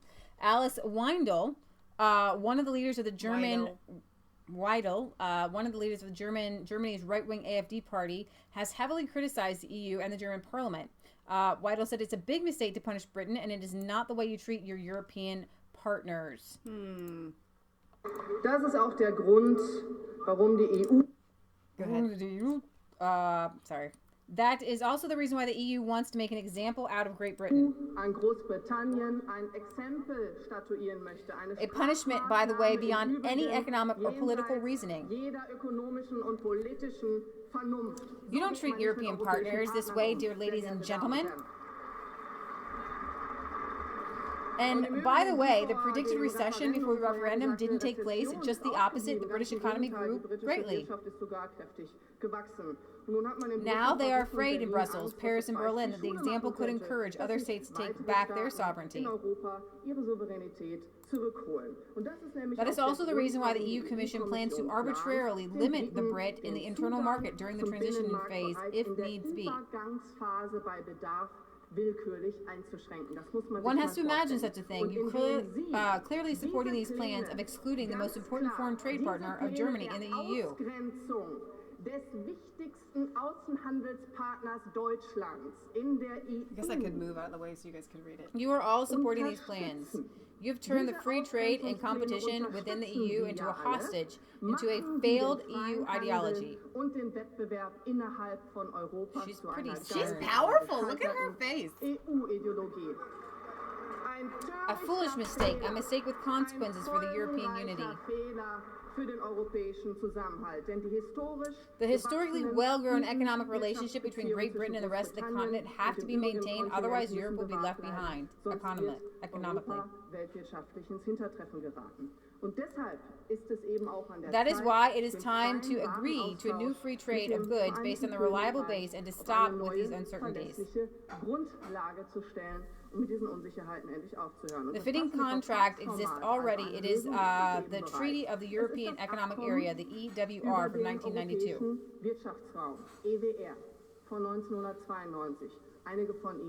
Some of you know this, but maybe not, obviously not. This treaty guarantees the indispensable internal market principles. The free movement of goods, payments, services, and people. And we want to clearly say this as well. This freedom shouldn't include the accessibility for European and non-European economic migrants of our social systems.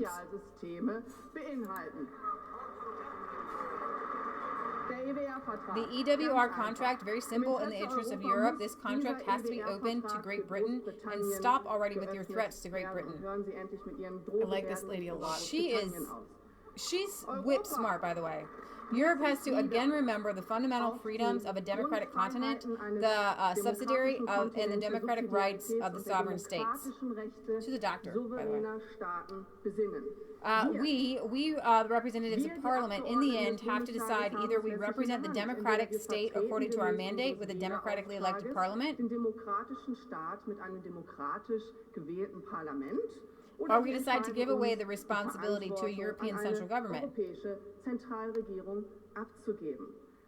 An authority without any democratic legitimacy, and it doesn't strive for it.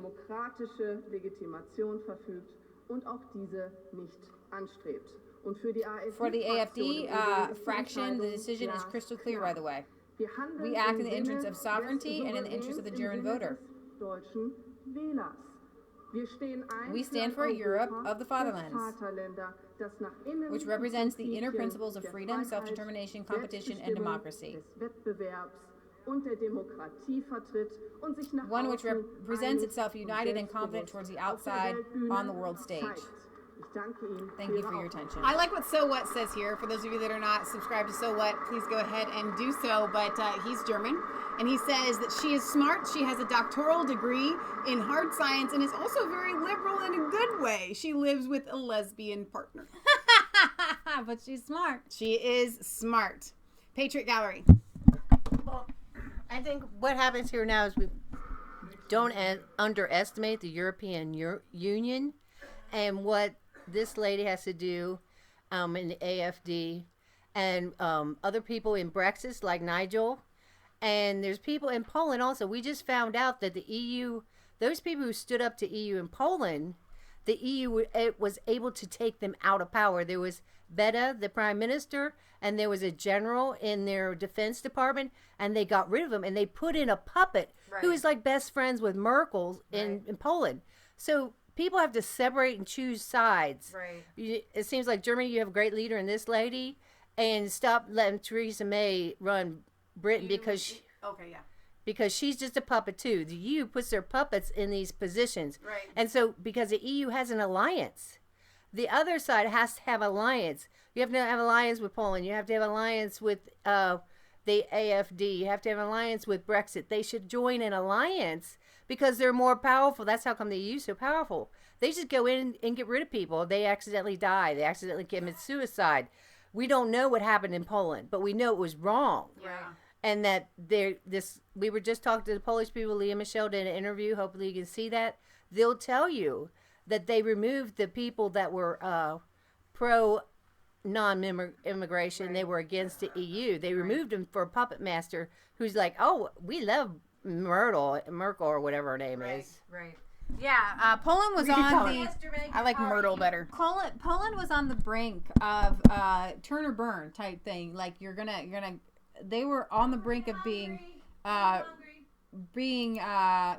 of punished by the EU, and so they outed Beatrice Szydło and their defense minister, and brought in a guy to smooth over relationships with the EU. I was actually excited for them going in the direction that they were going. The EU put the brakes on them because they're very, very powerful.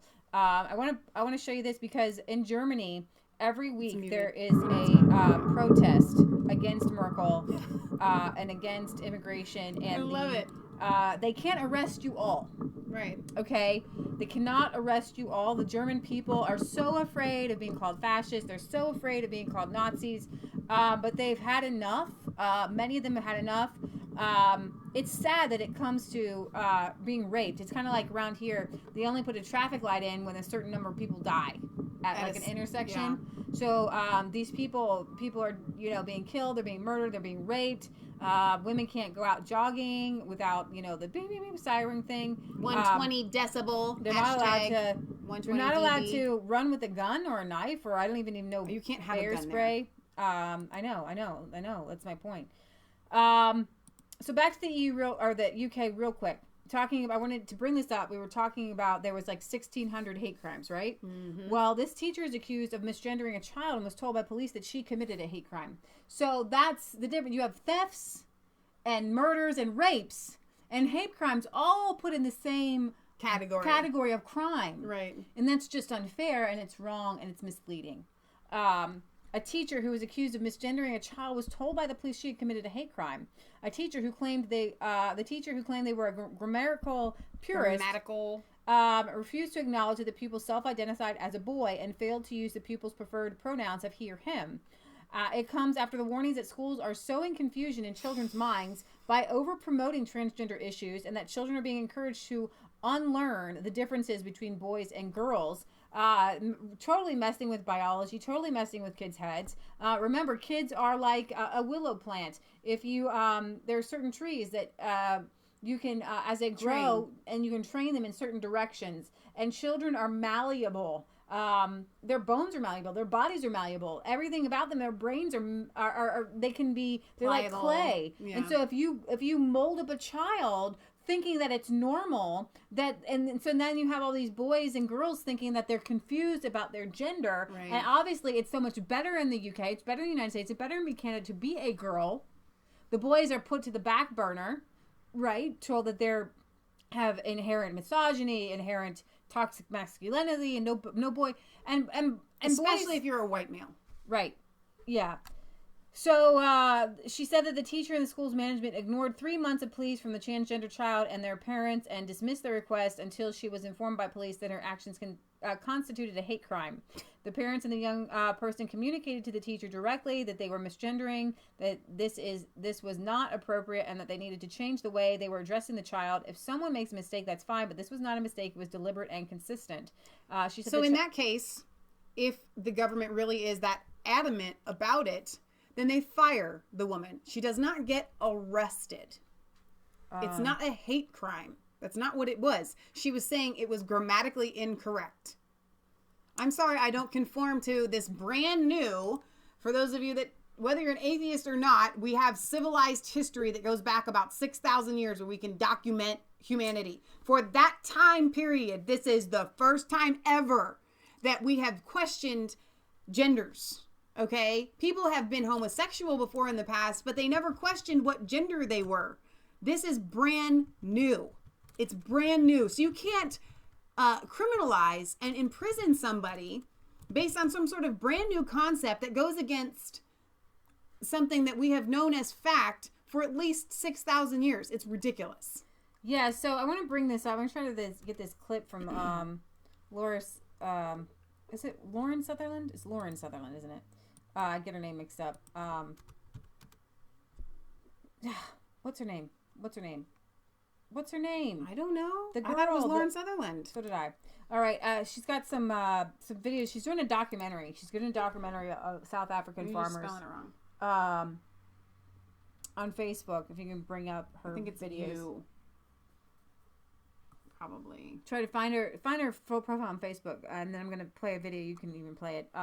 So, all right. Zimbabwe 2.0, and I should probably make this a whole other segment. I did not put this in the title, and we're gonna have to keep talking about this because this is out of control. It's totally black supremacists, and I hate to go here because, you know, white people did come in and either had apartheid and all kind of craziness going on. South Africa is not my favorite place to talk about, but what's going on is going to lead to. I feel for the African people. I even feel for the people who are voting to do this because they're going to end up like Zimbabwe under communism.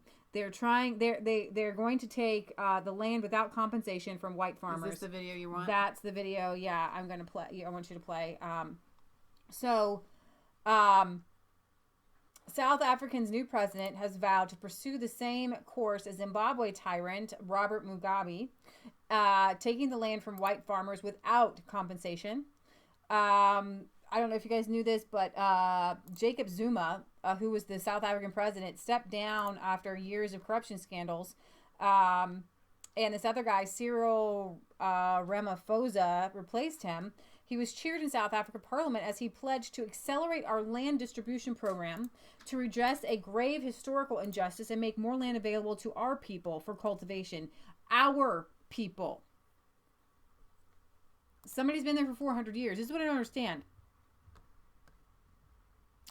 These white people, they were brought there by no fault of their own into a place that didn't have borders. They didn't have a check. throughout history, you have the Ottoman Empire. There are people who migrate, people who have taken over, but you don't punish 400 years later, right? Or 200 years later, the people who are there. Well, you made a really good point the other day when we were talking about this on the walk, and I remember everything that happens on our walks, by the way. And that is the fact that... Do we just go back? Who's to say that this land is being given back to the correct people? Right. You can't just take it from... I understand, actually, if you have like a title claim, like, dude, this was my family's land, and your family came on here 100 years ago, and I guess I could sort of see that a little bit if you literally had, this was my family. But there is no that. Right. There is no giving the land back to even the descendants of somebody who originally were there. While we feel for the injustices of apartheid, and I'm not saying that the white South Africans did what was right. It's a really sticky situation because you have on the one side, one of the reasons for apartheid, I'm not saying that it's right, was because the black South Africans wanted to kill the Boer. They go around singing these songs, kill the Boer. So they shut them off. And I'm not saying that it's right, but I'm saying that that's what they did. And I'm going to just read some of this article. His Marxist-leaning, Ramaphosa's Marxist-leaning African National Congress. And see, what we talked about. You can't... You've got your arm is bleeding, right? And there might be something wrong. So what communists do is they chop off your arm. Just chop off your arm rather than heal it. This isn't going to heal it, okay? So if there's problems and we can address those problems, but if you're going to if you break it even worse, if somebody who comes in who's even worse, right? If you do something even worse, and this is going to damage the economy. The Palestinians, when they were given some of the Israeli land back in trades and things like that, and the Israelis had cultivated fruit trees and farms and things like that, and they had been able to produce life in a desert area through irrigation. The Palestinians destroy it. Yeah, I'm sorry. That's what they did. They don't want to be farmers. They don't want to build a life. Did you just say they not want to be? They don't want to. No, they not want to be. They want to destroy. Their essence is to destroy. They're so angry. They're so full of anger. They destroy. And so what happened in Zimbabwe with the land distribution? Zimbabwe was the bread basket of that area. Unfortunately for them, their white farmers were producing food for everyone. Everyone was taking part, and they were exporting. I have goosebumps. They're exporting life to people, okay? If you're going to try to undo wrong things, then what you do is you help. You can help black people, teach them how to be farmers, have a government program. These are my ideas. These are solutions. What Mugabe could have done was to encourage black farmers, and when a farm came up for sale, correct, then you buy the land. Yeah. Okay, and then you teach people how to farm, and then they have a stake in their claim because maybe you can help them. And this is unjust, taking land from people, giving it to people who don't know how to farm it. South Africa's already going to go dry because they're not managing the water correctly. Okay, they're already going to go thirsty much more, and now they will go hungry, and it will cause more crime. Like Zimbabwe is a hellhole now. It's awful because when people are hungry, they didn't realize. It's kind of like the same thing with like a French Revolution, the Bolshevik Revolution. This is what happened when communists take over. They see an injustice and they become worse than the people in control. The Bolsheviks were worse than the czars in control. And it reminds me with the food situation of what has happened in North Korea, where they take the farmer who's been doing this for generation after generation after generation. They kick that farmer off the land, and then they put somebody completely inexperienced. Well, that's what they did in China over under Chairman Mao into the spot, and so there's no food that's getting produced because there's no real great communist countries. China is not that great. The only reason that China has any sort of economic power is it's communist capitalist. Right. It's communists using capitalist principles. This is one of the reasons why I want you guys to start your little gardens right now. because when the poop hits the fan, and the poop will hit the fan at some point, and you'll have to grow your own food. These lessons that we should have learned generationally, just the tiniest little things, how to get rid of the vine borers that go into your pumpkins and your squash and things like that. All these different things that farmers just know because they teach their children, it's completely gone. So in South Africa, they're kicking the whites off the farms, and these whites have been farming for 400 years, generationally. And they're putting people onto the farms that are supposed to now produce all the food for everyone. They don't know what they're doing, and starvation is ensuing. And that's why, like Leah is saying, it's creating a problem that's far worse. So what you need to do is your food and water is kind of more important than anything at this point. You need to bolster that. You need to hold that up, and then you can deal with the political problems. Right. So this Marxist-leaning African National Congress, the ANC, has taken its lead on this issue from the hardline economic freedom fighters, led by Julius Malema, a former head of the ANC's youth wing. President, you mentioned giving the land out without taking the land without compensation, and we're all agreed that actually was the highest applause you got. Malema remarked in his response to the speech, issuing a warning to the leader of the opposition. I want to warn you. That's a fundamental issue which is going to make us fight with you, because anyone opposed to taking the land without compensation is the enemy of our people, and such a person will be dealt with. Probably whacked out.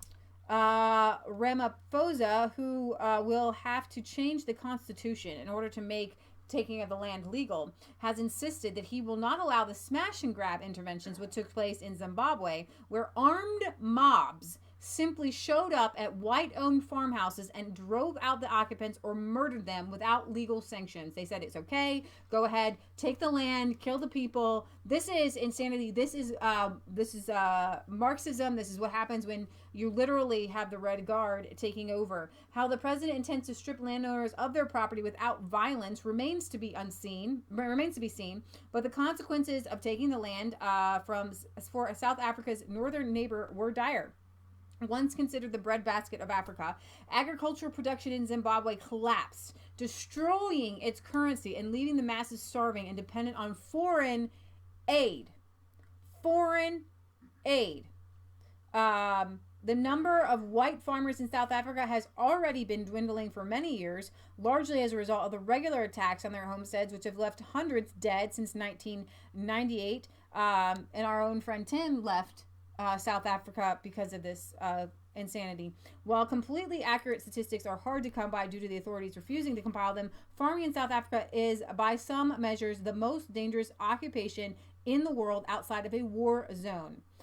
Landless working-class whites fare a little better with laws designed to empower the black majority in the workplace, seeing them, taken out of their jobs. So you have this statistic here.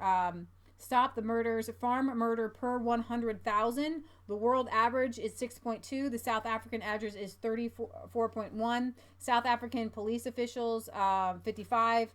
And then in Honduras, Caracas, and South Africa, commercial farmers, 156. And we saw, I think, some people in the European Parliament or the UN talking about this.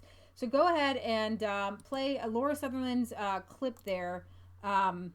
It's insanity.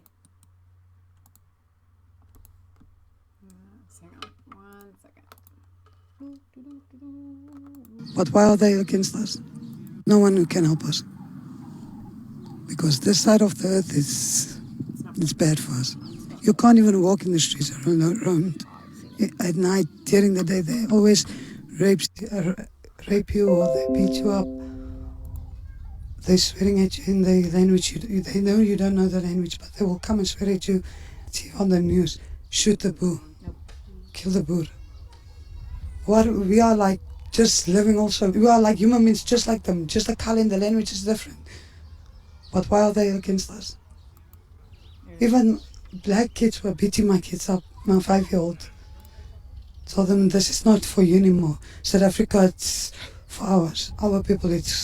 We don't have a life anymore. They will make sure about it. Have you tried to look into leaving South Africa? If I can get a chance, I will go.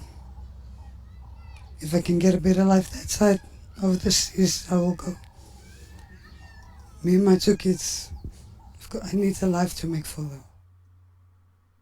So she's got a whole a society that would she's got a bunch of clips, and you can watch them. I'm not sure when the whole thing is going to come out. Outright act of terror. White South Africans protest farm murders. 74 killed in 2017 so far. Thousands of mainly white Afrikaans-speaking South Africans have taken to the streets to protest the ongoing epidemic of savage farm murders sweeping the country. On October 30th, Black Monday protests were organized after civil rights. This was back in October. Civil rights groups AfriForum released figures claiming the murder rate for South African farmers was 156 per 100,000, putting it well above the already high national average and making farming in the troubled ex-colony arguably the most dangerous occupation in the world outside of a war zone. At the same time, the number of slain farmers, farm workers, and family members, most of them white, had hit 71. So this is what really gets me angry, is all of Europe, where these people, where obviously the white South Africans came from, are supposed to take in the black South Africans, and if they say anything against them, or black Africans, if they say anything against them, they're fascist. If they say anything against them, they are supposed to give them food and housing and everything. Did you say fooding? Food and housing. I said food and housing. Food and housing and everything, right? All the Europeans are supposed to take in black Africans, but white South Africans are not allowed to stay. Right. They're not allowed to stay. Well, I'm glad that she asked that question at the end there. She asked her if you would leave. Because that was my question. I'm trying to put myself in their shoes. What would I do? And it's a sticky situation because you would feel this righteous indignation to defend your land, to defend what is yours. But at the same time, sometimes you have to see the writing on the wall and see what's coming, because they just said... But the fact that you need to flee to be with other people of your same skin color is absolutely ridiculous. It may be ridiculous, but it may be the only viable choice, because they But it shows the racism of black Africans, how racist they are in South Africa. I'm not saying all Africans are this way. By and large, they're not. But these communist Africans are incredibly racist, incredibly hateful. They want to murder everybody in their path. It's just absolutely insane. Somebody had asked what the firearm laws are in South Africa. I pulled it up from Wikipedia. It says in South Africa, the Firearms Control Act 60 of 2000 regulates the ownership of firearms by civilians. Ownership of a firearm is conditional on a competency test and several other factors, including background checking of the applicant, inspection of an owner's premises, and licensing of the weapon by the police, introduced in July 2004. The process is currently undergoing review, as the police are at present not able to adequately or within reasonable time process either competency certification, new licenses, or renewal of existing licenses. Minimum waiting period used to exceed 2 years from date of application.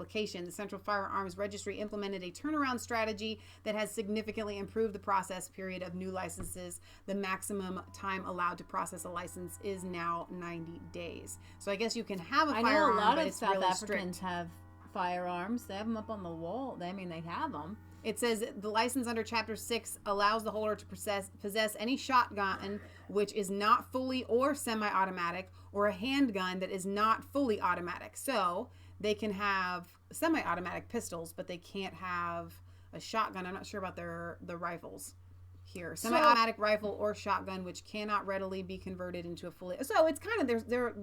Their laws are kind of the same as ours. Awesome. And there's certain laws, like in Australia, right? Under their new law, you are not allowed to kill in self-defense. You are not allowed to use a gun in self-defense, period, against a person at all. It's illegal. Just take it. Just if somebody comes into your house, the more I'm reading gun laws across the world. You were talking about Poland, right? Australia, because when we were doing our interview with IPPTV, they have the same law there that you can't kill, you can't use your gun in self-defense, which I find ridiculous. I'm realizing, as Americans, we have a lot of totalitarianism. We want to get our states' rights back. But I'm realizing that we do have a lot more freedom. Sure. And one of the reasons 300 million guns will never be confiscated is because we've seen the writing on the walls. We've seen what happened in the Bolshevik Revolution. We've seen what happened in China. We've seen what happened under fascism. And when you take somebody's guns, the guns there are there to keep the government in check. You wonder why America has not been taken over by communism completely, overrun completely by communism. Guns. Because they tried and they wanted to, right? It's because the government fears the people, even though they do all these crazy things at the top. Hillary Clinton and Obama, they fear us. Yep. They fear average Americans who are gun owning, who may have an arsenal of bullets somewhere. Because we have seen what's happened. It's absolutely insane to think that the Bolshevik Revolution only was going to happen in Russia. But it spread. It spread almost all over Europe. Poland was able to hold back the Bolsheviks on the first thing because they had guns. Yes. And then they took their guns, right? They took their guns. They can't fight back. If you have a choice, you don't let people take your guns. We were talking to Ian about the Brits taking people's guns. He had to unwillingly give up some of his guns. Mm-hmm. He says pistols can only have 2 bullets. He has in some areas. In some areas, you have to ask. Sometimes he has to fill in, like in a revolver, the other 3 bullet 4 whatever. He has to fill it in so that you can only have 2 bullets, which is absolutely insane. Crime isn't down in these areas. In all of Europe, because people will find another way to hurt people. Michelle, you put this link to this blog into the description. Patriot Gallery. We have a place called Red River Gorge, and it's a hiking place where people go, and it's beautiful. We've actually I don't know if you can see it. My mom was upset. We climbed this without ropes or anything by our youth leader when we were young. We're still young. What are you talking about? I'm not in the youth group anymore. My mom was like, he did what? You did your height. You climbed what? It's like a steep vertical climb with no ropes. But anyways, hang on a minute. Let me pull that up so that they can see. Is that the same picture? That's not the same picture. Is this it? It's called Red River Gorge, and it's a beautiful place. If you ever get a chance to go to Kentucky, okay, it's a hike. I want them to be able to see this. So let me go here to so you guys can see that better. Some guy fell off a cliff recently from our area. Yeah. It was in the news, and it got Mom to thinking. And she said, the left has gone over a cliff. And I love this blog, but I'm going to kind of paraphrase it because I've gone over it 3 times. For those of you that are unfamiliar with, before we started Resistance Chicks, we have our kind of home church we call Isaiah 58 Ministries. Right. And we do blogs, and so you can always find us on Isaiah58ministries.blogspot.com. If you need more meat of the word, go to Isaiah 58 Ministries, right? I have it up. No, I just have it up right now so they can see it. So we've been to Red River Gorge several times, and every time, our mom, Patriot Gallery, ever since we were little, she'd say 3 feet away from the edge. 3 feet from the edge. And we would just get so frustrated at her because, 3 feet. And, we go rappelling and things like that there. Did you tell them there was a girl in our youth group? Her brother died here, falling off a cliff. A girl in our youth group. Her brother died here. People die here all the time because they go to the edge of the cliff, and they're usually drunk, and they fall off. They fall off the cliff. Well, the left has been flirting with communism, flirting with disaster, flirting with anti-human rights, and they've literally gone off the cliff. And I love what she says here in the beginning, because this kind of sums up a lot of things that we're talking about. Freedom of religion is only for mentally sound people, and it's only for any sort of religious sect that you join voluntarily, and your choices are voluntary. Okay, you don't have freedom of religion to form a religion that is abusive or hurtful or that forces other people to do things. If you force people to get married, if you force people to undergo female genital mutilation, if you force people to wear a headscarf, that is not a true religion. You don't get to force people to do something because that is against people's basic inalienable rights to life, liberty, and the pursuit of happiness. Correct. Okay, so Satanism and witchcraft and voodoo, these are not religions that you get to practice because they I don't know, when Satanism, they use blood and urine and they force people to do something things. even more basic than that, because we have the Baptists and Methodists here, depending on which you're part of, and they say you have to have long hair or you have to wear the long skirts. But that is just to be kind of accepted. just socially accepted in those churches. You're not allowed to be beaten at home for not doing it. You're not allowed to be arrested. Right. Okay. You're not allowed to have an acid attack thrown on your face. It's different to have a religion that says, okay, we believe that to be modest, this is what you should wear. And then if you don't do that, then socially in your church circle, you're looked down upon and you're not accepted. All right, that's freedom of religion. Okay, fine. But these other things of wearing the hijab, if you don't wear the hijab, you can be beat by your husband. Right. In countries like Iran, you can be arrested. Well, it's a difference between a cult. Like, there are Mormons in our country, right? But one thing that they have gotten rid of is polygamy. And there are little subsects and cults of Mormonism. You don't have freedom of religion to have these groups where they marry off 14-year-old girls and 15-year-old girls. That's not freedom of religion. It's just the difference between a cult and a free religion is when it's a cult, they will kill you if you try to leave. Right. Whether it's Mormons or like this Amish, they give people the right to leave. Right. So it's okay. But if you have a religion that they're going to try and find you to kill you, and that's what they do with Muslims, then that's not a free religion. It's called a gang. Right. People have a right to assemble together in groups and say, this is what our group does. Yep. But you don't have a right to force people, and if they leave, you don't have a right to punish them or hurt them in any physical way. And our founding fathers, we were talking about this with Ian. He loves John Locke. He has a picture of John Locke, a little memorial to him. He's walked there and took a little picture of it. And our foundation was based on John Locke's writings. He's just such a wonderful thinker.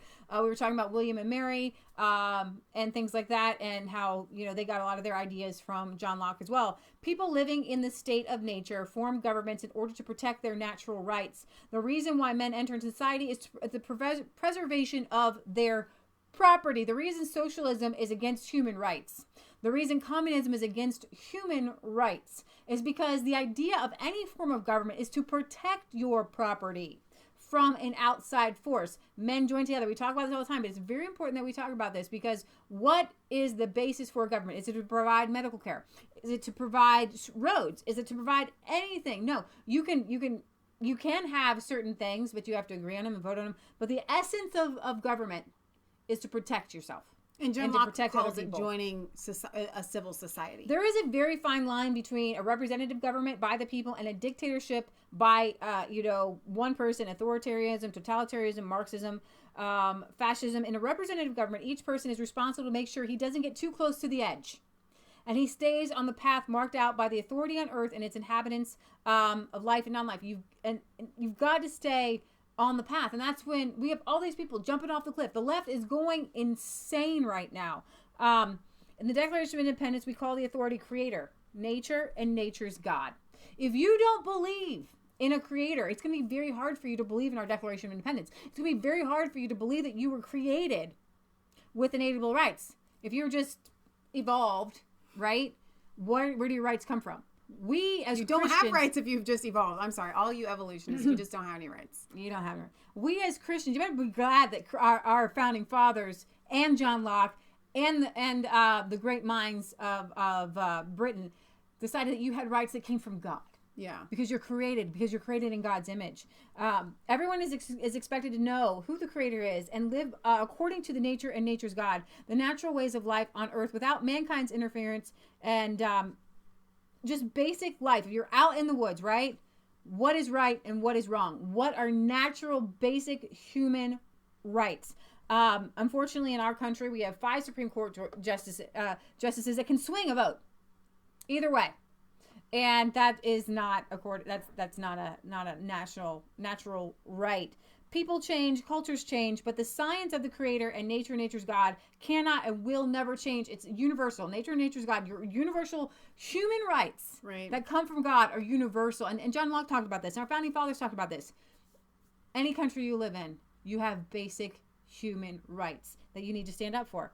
It's like the law of gravity. Gravity will never change. It's the same yesterday, today, and forever. And you can read the Declaration of Independence. When in the course of human events, it becomes necessary for one people to dissolve the political bands which have connected them with another, to assume among the powers of the earth the separate and equal stations to which the laws of nature and nature's God entitle them. A dissent, respect to opinions, mankind requires that they should declare the causes which impel them to separation. You're endowed by your Creator with these inalienable rights. You don't have a right to what happened in our country in the early 1900s. Men of great wealth and power realized that they needed to take away other people's rights in order to enrich themselves. So they got together, Creature Jekyll Isle, said, wait a minute, we have to do something about this because the Congress was getting ready to crack down on these bankers. They said, we're going to gain control. We're going to gain control. That was kind of our country's free fall into insanity. They eventually took the farms from free independent farmers, and they started a new deal, a new way. Eventually, FDR had that. They scared people with a run on the banks, and the stock market crashed, and people became human resources, assets, and slaves with a slave number, a social security number, and that's a whole other topic right there. Your slave number, you're now owned by the government, and the left has gone over the cliff of insanity. In Purdue, they put out a paper saying that the term man and human cannot be used any longer because these terms need to change to person with the goal. And I love this. I'm going to sum this up in this. The goal of taking man out of things is to dehumanize. I'm connected. Well, that's fun. Let's see what happens here. I don't know if you guys can see us or not, but we're trying. Streaming live. It says streaming live. It says we're streaming live. It says resumed. It says we're back. Well, I don't know if we're back. The stream is continuing. Stream is continuing. We're going to kind of sum it up anyways. Let me see first. Let's see. Can you see us? Can you see me at the chat? No, the chat's not there. The chat's not there. Mm-mm. They dehumanized us. Maybe it's because we hit the Can you see us? Can you see me at the chat? No, the chat's not there. I literally lost the internet. I see the chat going. All right, no, I think we're there. Can you see us? Can you see we're the back. chat? No, the chat's okay, let me mute this again. I think we're back. Okay, we're back. I'm going to sum this up because we've been going on for 2 hours. What the EU does, Saudi Arabia does, China does, communist countries does, what they're doing in South Africa, they're dehumanizing people. They're taking away their inalienable rights to life, liberty, and the pursuit of happiness. And government has to be limited to just protecting people from thugs. In South Africa, the government needs to first and foremost protect people from thugs, protect people, but these governments enjoy watching white farmers be massacred. It's not a legal government that they have formed. It's absolutely repulsive. It's worse than the French Revolution at this point. It is worse than the French Revolution. Yeah, definitely. All right, so we're not going to get to Justin Trudeau. No. We'll have to do that again. I don't know when we're coming back. So Tracy tells me that her birthday is on Friday. So happy pre-birthday to Tracy. You know I will not forget come Friday. I want to thank all of our moderators who were here today. Will was here. We don't get to see him very often. Tallulah Lula, Sean, Britt Baza has been given a wrench. Finally, that's long overdue. Worth a look. Gary, Donna. So I want to thank you all for being with us today and helping when we go live on Mass moderate. 3 one day, you might get to use it. Yeah, when we go live on Mass Faith 3, I'm still dealing with them. Like, literally, YouTube is ignoring me. At this point, they didn't even send you an email back, did they? They sent me, I re-upped. I just had to, they were ignoring me. I had to re-up a new claim, and I got their instant response. But no response after that, But I haven't right? had a response after that. It's Always, been like 3 days. They always give us a quick response. So I'm going to have to hit him again, which is unfortunate. But, so you want me to back this up? Sure, yeah. Sunday, we got some praise and worship. You should see that city. So cute right now. She could see. She's just... I don't know about your drink there. All right, so there's a song that I want to sing for you guys if you want to hang around. Well, you guys have noticed that... Are you going to play the Heritage Hill song first? Yeah. We really like this new praise and worship group called Heritage Hill. And we've played a couple of their songs for you guys before that are really enjoyable. So this is one of the new ones. It's called Isaac. Now I want to explain this song a little bit for those of you that maybe aren't Christians or aren't familiar with the Bible. God told Abraham to sacrifice his son Isaac, to go up and build a sacrifice at the kind of this top of this mountain. And but Abraham and Sarah didn't conceive until they were old. Sarah was like, in her 90s, something like that. And it was a really big deal. And God promised Abraham that he would be the father of many nations. The people would be as many as the sand in the sea, sort of thing. And that it would come through Isaac. So God asked him to lay down his most beloved thing in this world, his son.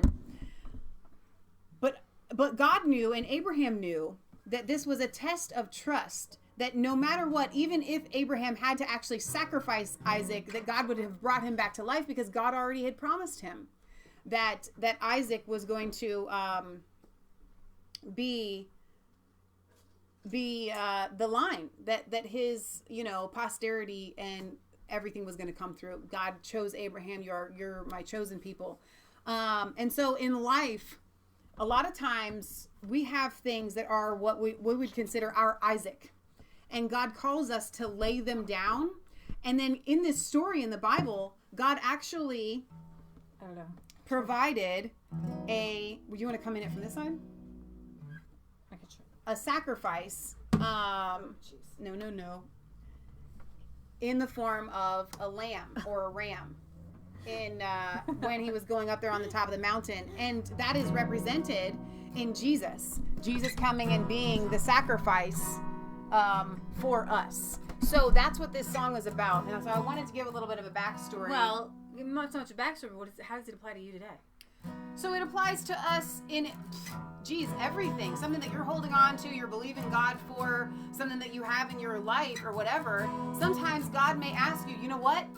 I want you to give that up. But God, I can't give it up. You've promised me that you're going to fulfill this, you're going to do this, or whatever, whether it's our homesteading or farming. You have to be willing to lay it all down, on the cross, and trust that what God's will for you is, He will accomplish it in your life.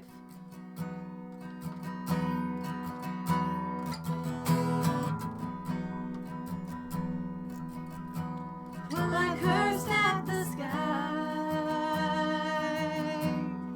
and I raised up my fist at my Father on high, and I held my desires, and they all turned to ash as I walked through the fire. Oh, Isaac, our time here has come to an end. I'm laying you down, trusting God He will send a sacrifice,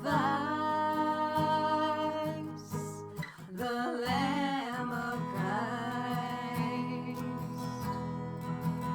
And I'm laying you down with my will once again. And I don't understand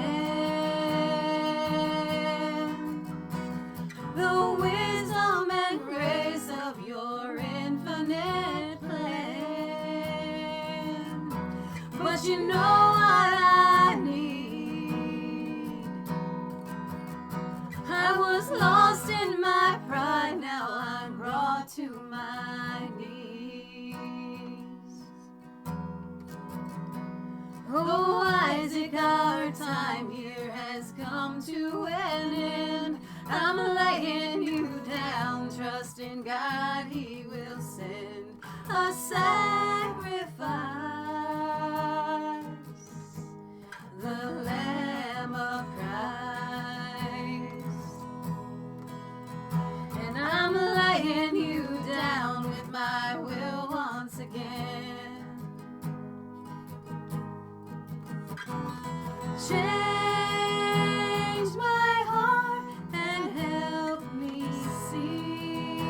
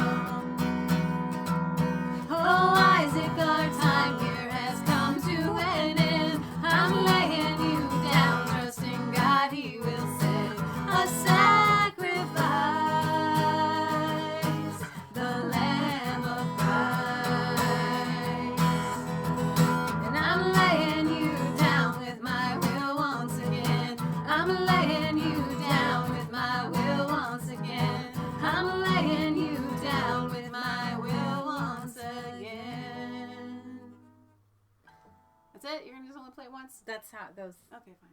I love that song. Literally, before we were going live, I was just playing it. I think I listened to it like 5 times while I was getting everything ready. I just love that song. It's so pertinent. We have to live out of heaven. We're going to have one day the new Jerusalem. We're going to have a new heaven and a new earth. And all of our problems and all of our struggles that we experience every day right now. Every day. They don't matter, guys. They really don't matter. We have an eternity with Jesus Christ. So stuck here. And that you're not going to move. Go get those papers, please. So And many that's wires. what We're like is- wired in. When you look at our lives and we look at ourselves out of heaven, it's like, I don't care. I really, if the bank book doesn't look good, if you're stressed about this, you're stressed about that, it doesn't matter. Nothing matters. And what the devil does, he likes to put a microscope on our problems and make them so huge. But in reference to eternity with God, face to face with him, those problems just melt away. They all wash away. So, this was written for our dear friend Justin. You may not know, we took in a guy who was on heroin. He went through Teen Challenge. He lived with us for a year. He went to another program called Pure Life to deal with, pornography issues and things like that. He's been doing very well. We got some sad news. He's okay. We got some sad news yesterday, and we were actually playing this song. Michelle and I, we don't really play music a lot as much as we used to. You guys have brought that back, awoken that, so I have to practice a little bit before we come to you. And I got out my guitar and I was playing Justin's song. He was a beekeeper. It was Justin Bee, and he wanted to keep bees, so we helped him get. You have plenty of room to go that way if you need. He wanted to get started keeping bees, so we helped him with that, and so I came up with these lyrics. And it's kind of a play on Muhammad Ali, float like a butterfly, sting like a bee. His last name is B. Did you say that? Yeah, Justin B. And so he wanted to be a beekeeper, and that's kind of the song's about. But it's for everyone. And if you've struggled with anything, some of the verses say, one, I'm going to do it for me, for the health of my body, my prosperity. And that's for people who are struggling with any sort of addiction that would be physically harmful to yourself. Do it for yourself. And 2, I'm going to do it for you, to bring you glory and see this thing through. And 3, for eternity, for your soul's eternity, to sing the Hallelujah chorus together with thee. This is a very, it's kind of a really powerful song, and it means a lot to us. But I hope you can pick up on the lyrics, and you can, if you know somebody who's struggling with addiction, and pray for them. Pray that God helps them to see these 3 things. Not just for their own health, because that doesn't do enough. Not only just to please God, but also for eternity. When you put those 3 things together, then you're going to have a powerful impact and be able to help people get out of addiction. We've seen kids fall. We've seen kids stay clean, and the only people that we've ever seen stay clean are people who solely give their souls to Jesus Christ. I was on an ex-Muslim site, and they were kind of making fun of Christians, and I got to tell you, if you don't believe in Jesus, that's fine.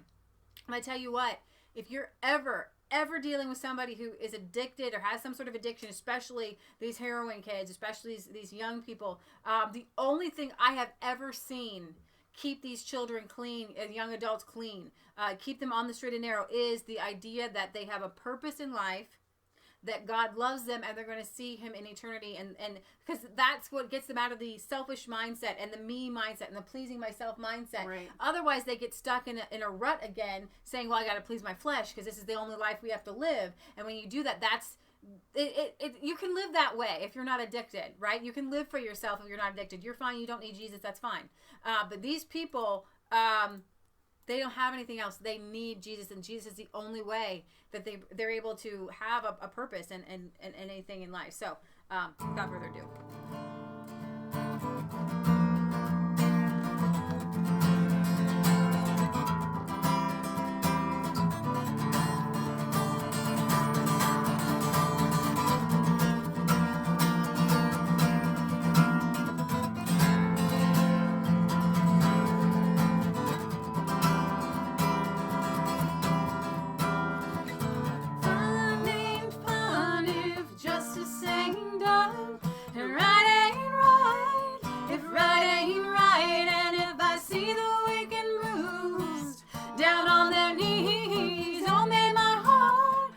Turn to thee, oh, oh, oh, oh, oh, oh,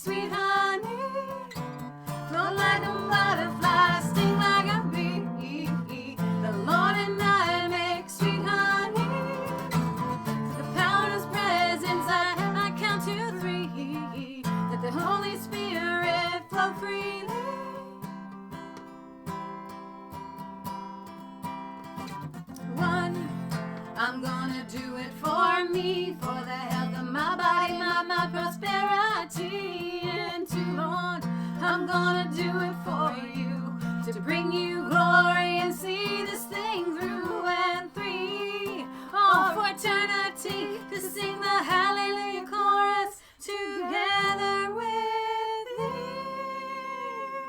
From darkness to light, from sickness to health, from horseman to victorious, from loser to warrior.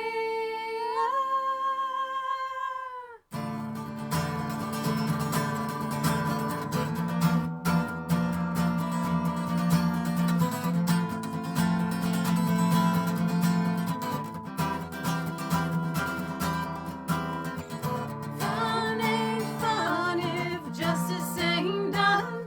Right ain't right if right ain't right. And if I see the weak and bruised down on their knees, oh, may my heart return to thee. Oh, oh,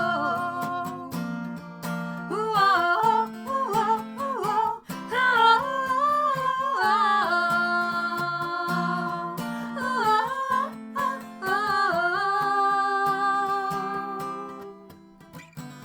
run like a mother, blasting like a bee.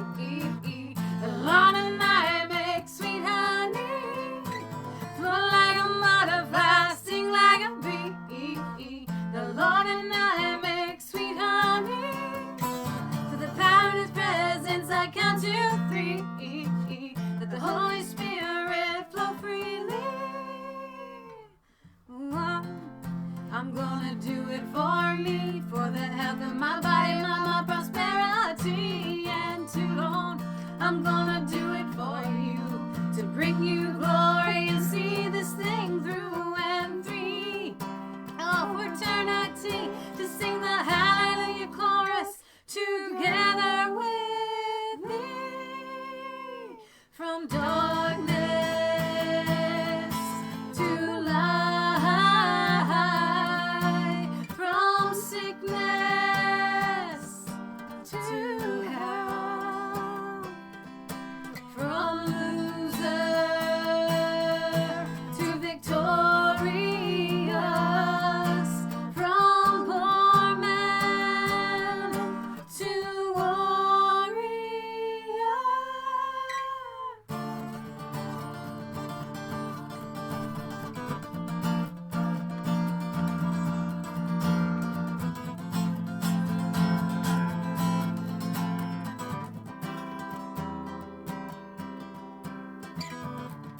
When I think of turning back, turning my badge in,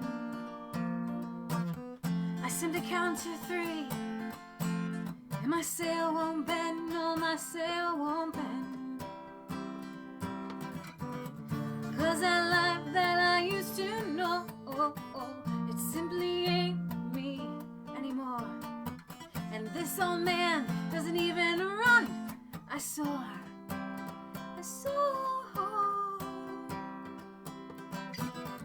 Through sickness and disease, though trials may come my way, some of my own making, some come what may, some come what may. I have decided deep in my core, I've turned a new leaf.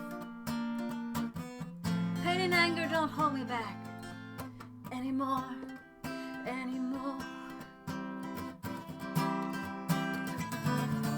Oh, that ocean is way too wide. Am I a fool to even try? Insurmountable, unattainable, no, I won't believe any more lies.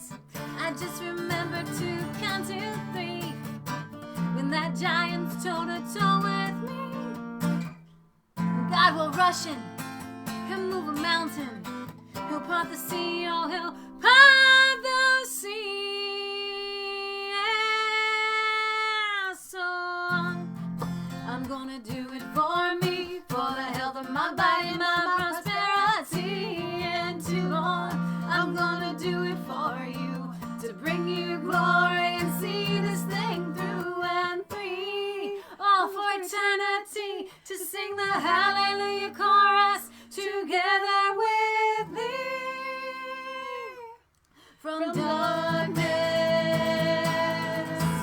to light, from sickness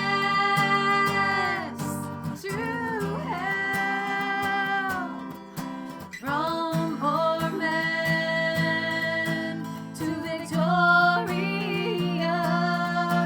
from loser to warrior. Go like a butterfly, sting like a bee. The Lord and I make sweet honey. Go like a butterfly, sting like a bee. The Lord and I make sweet honey. Through the power of His presence, I count to 3. Let the Holy Spirit flow freely.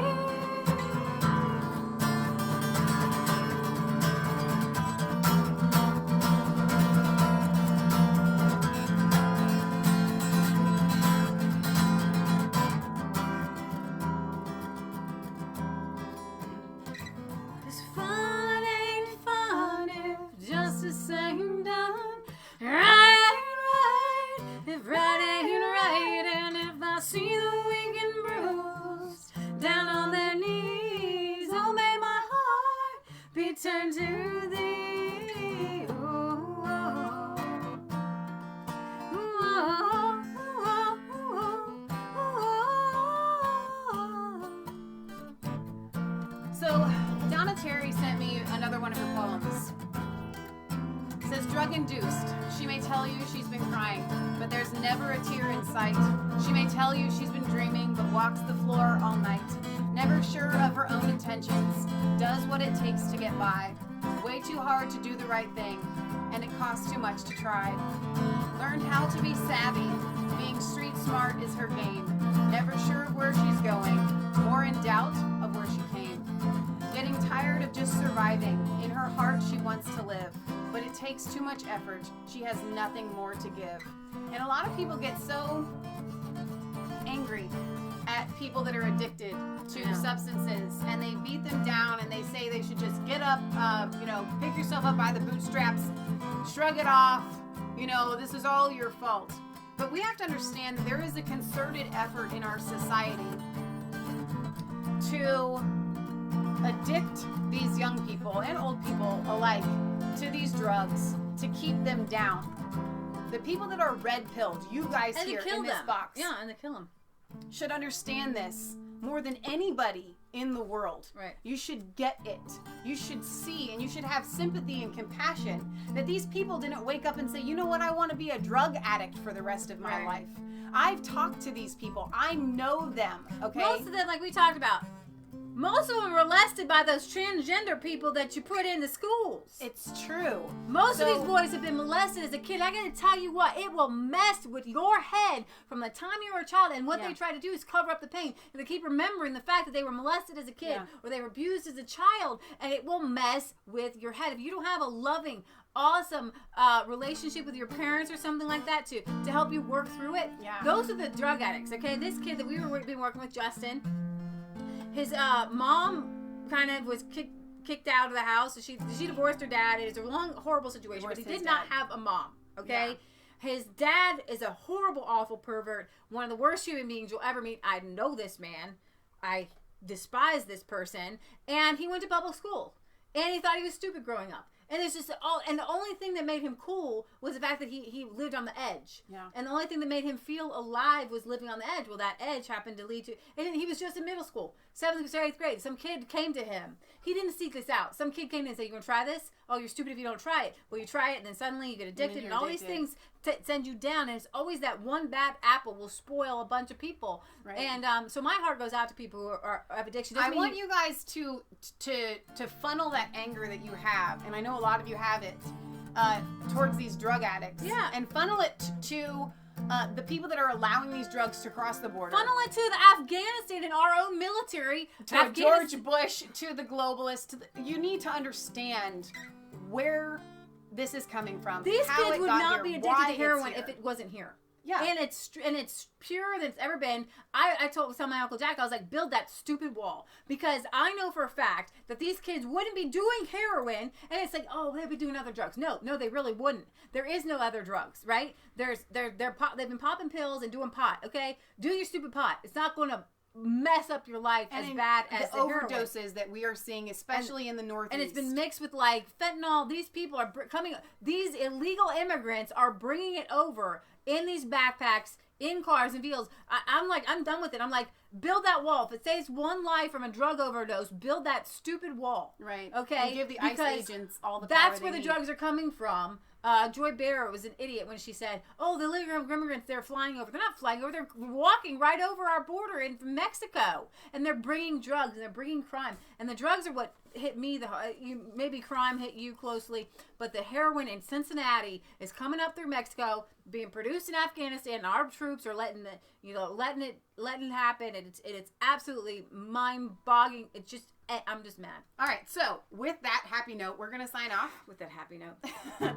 Don't forget to like, comment, and subscribe to both of our channels, Mass Faith 3 and Resistance Chicks. Like I said, I'm still working. I'm not really working. I'm just, at this point, just going to start harassing YouTube to get our live stream back for Mass Faith 3.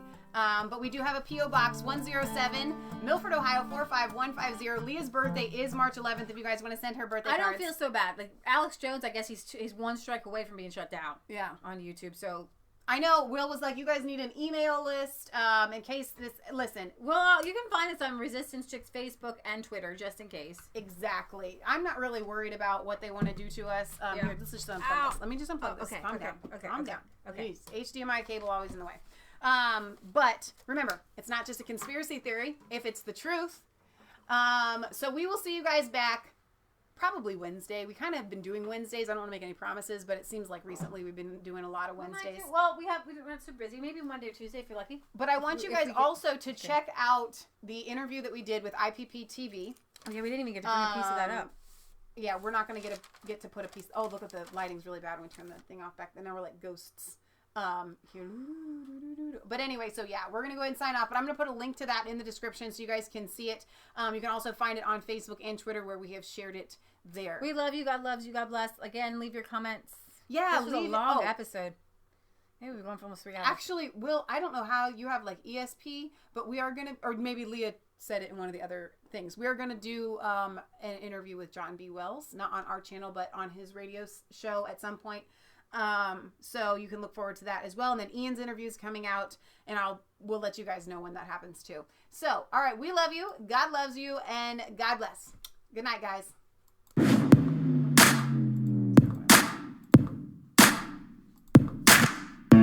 I was cold all alone. No place for home every day. So afraid, but you called my name.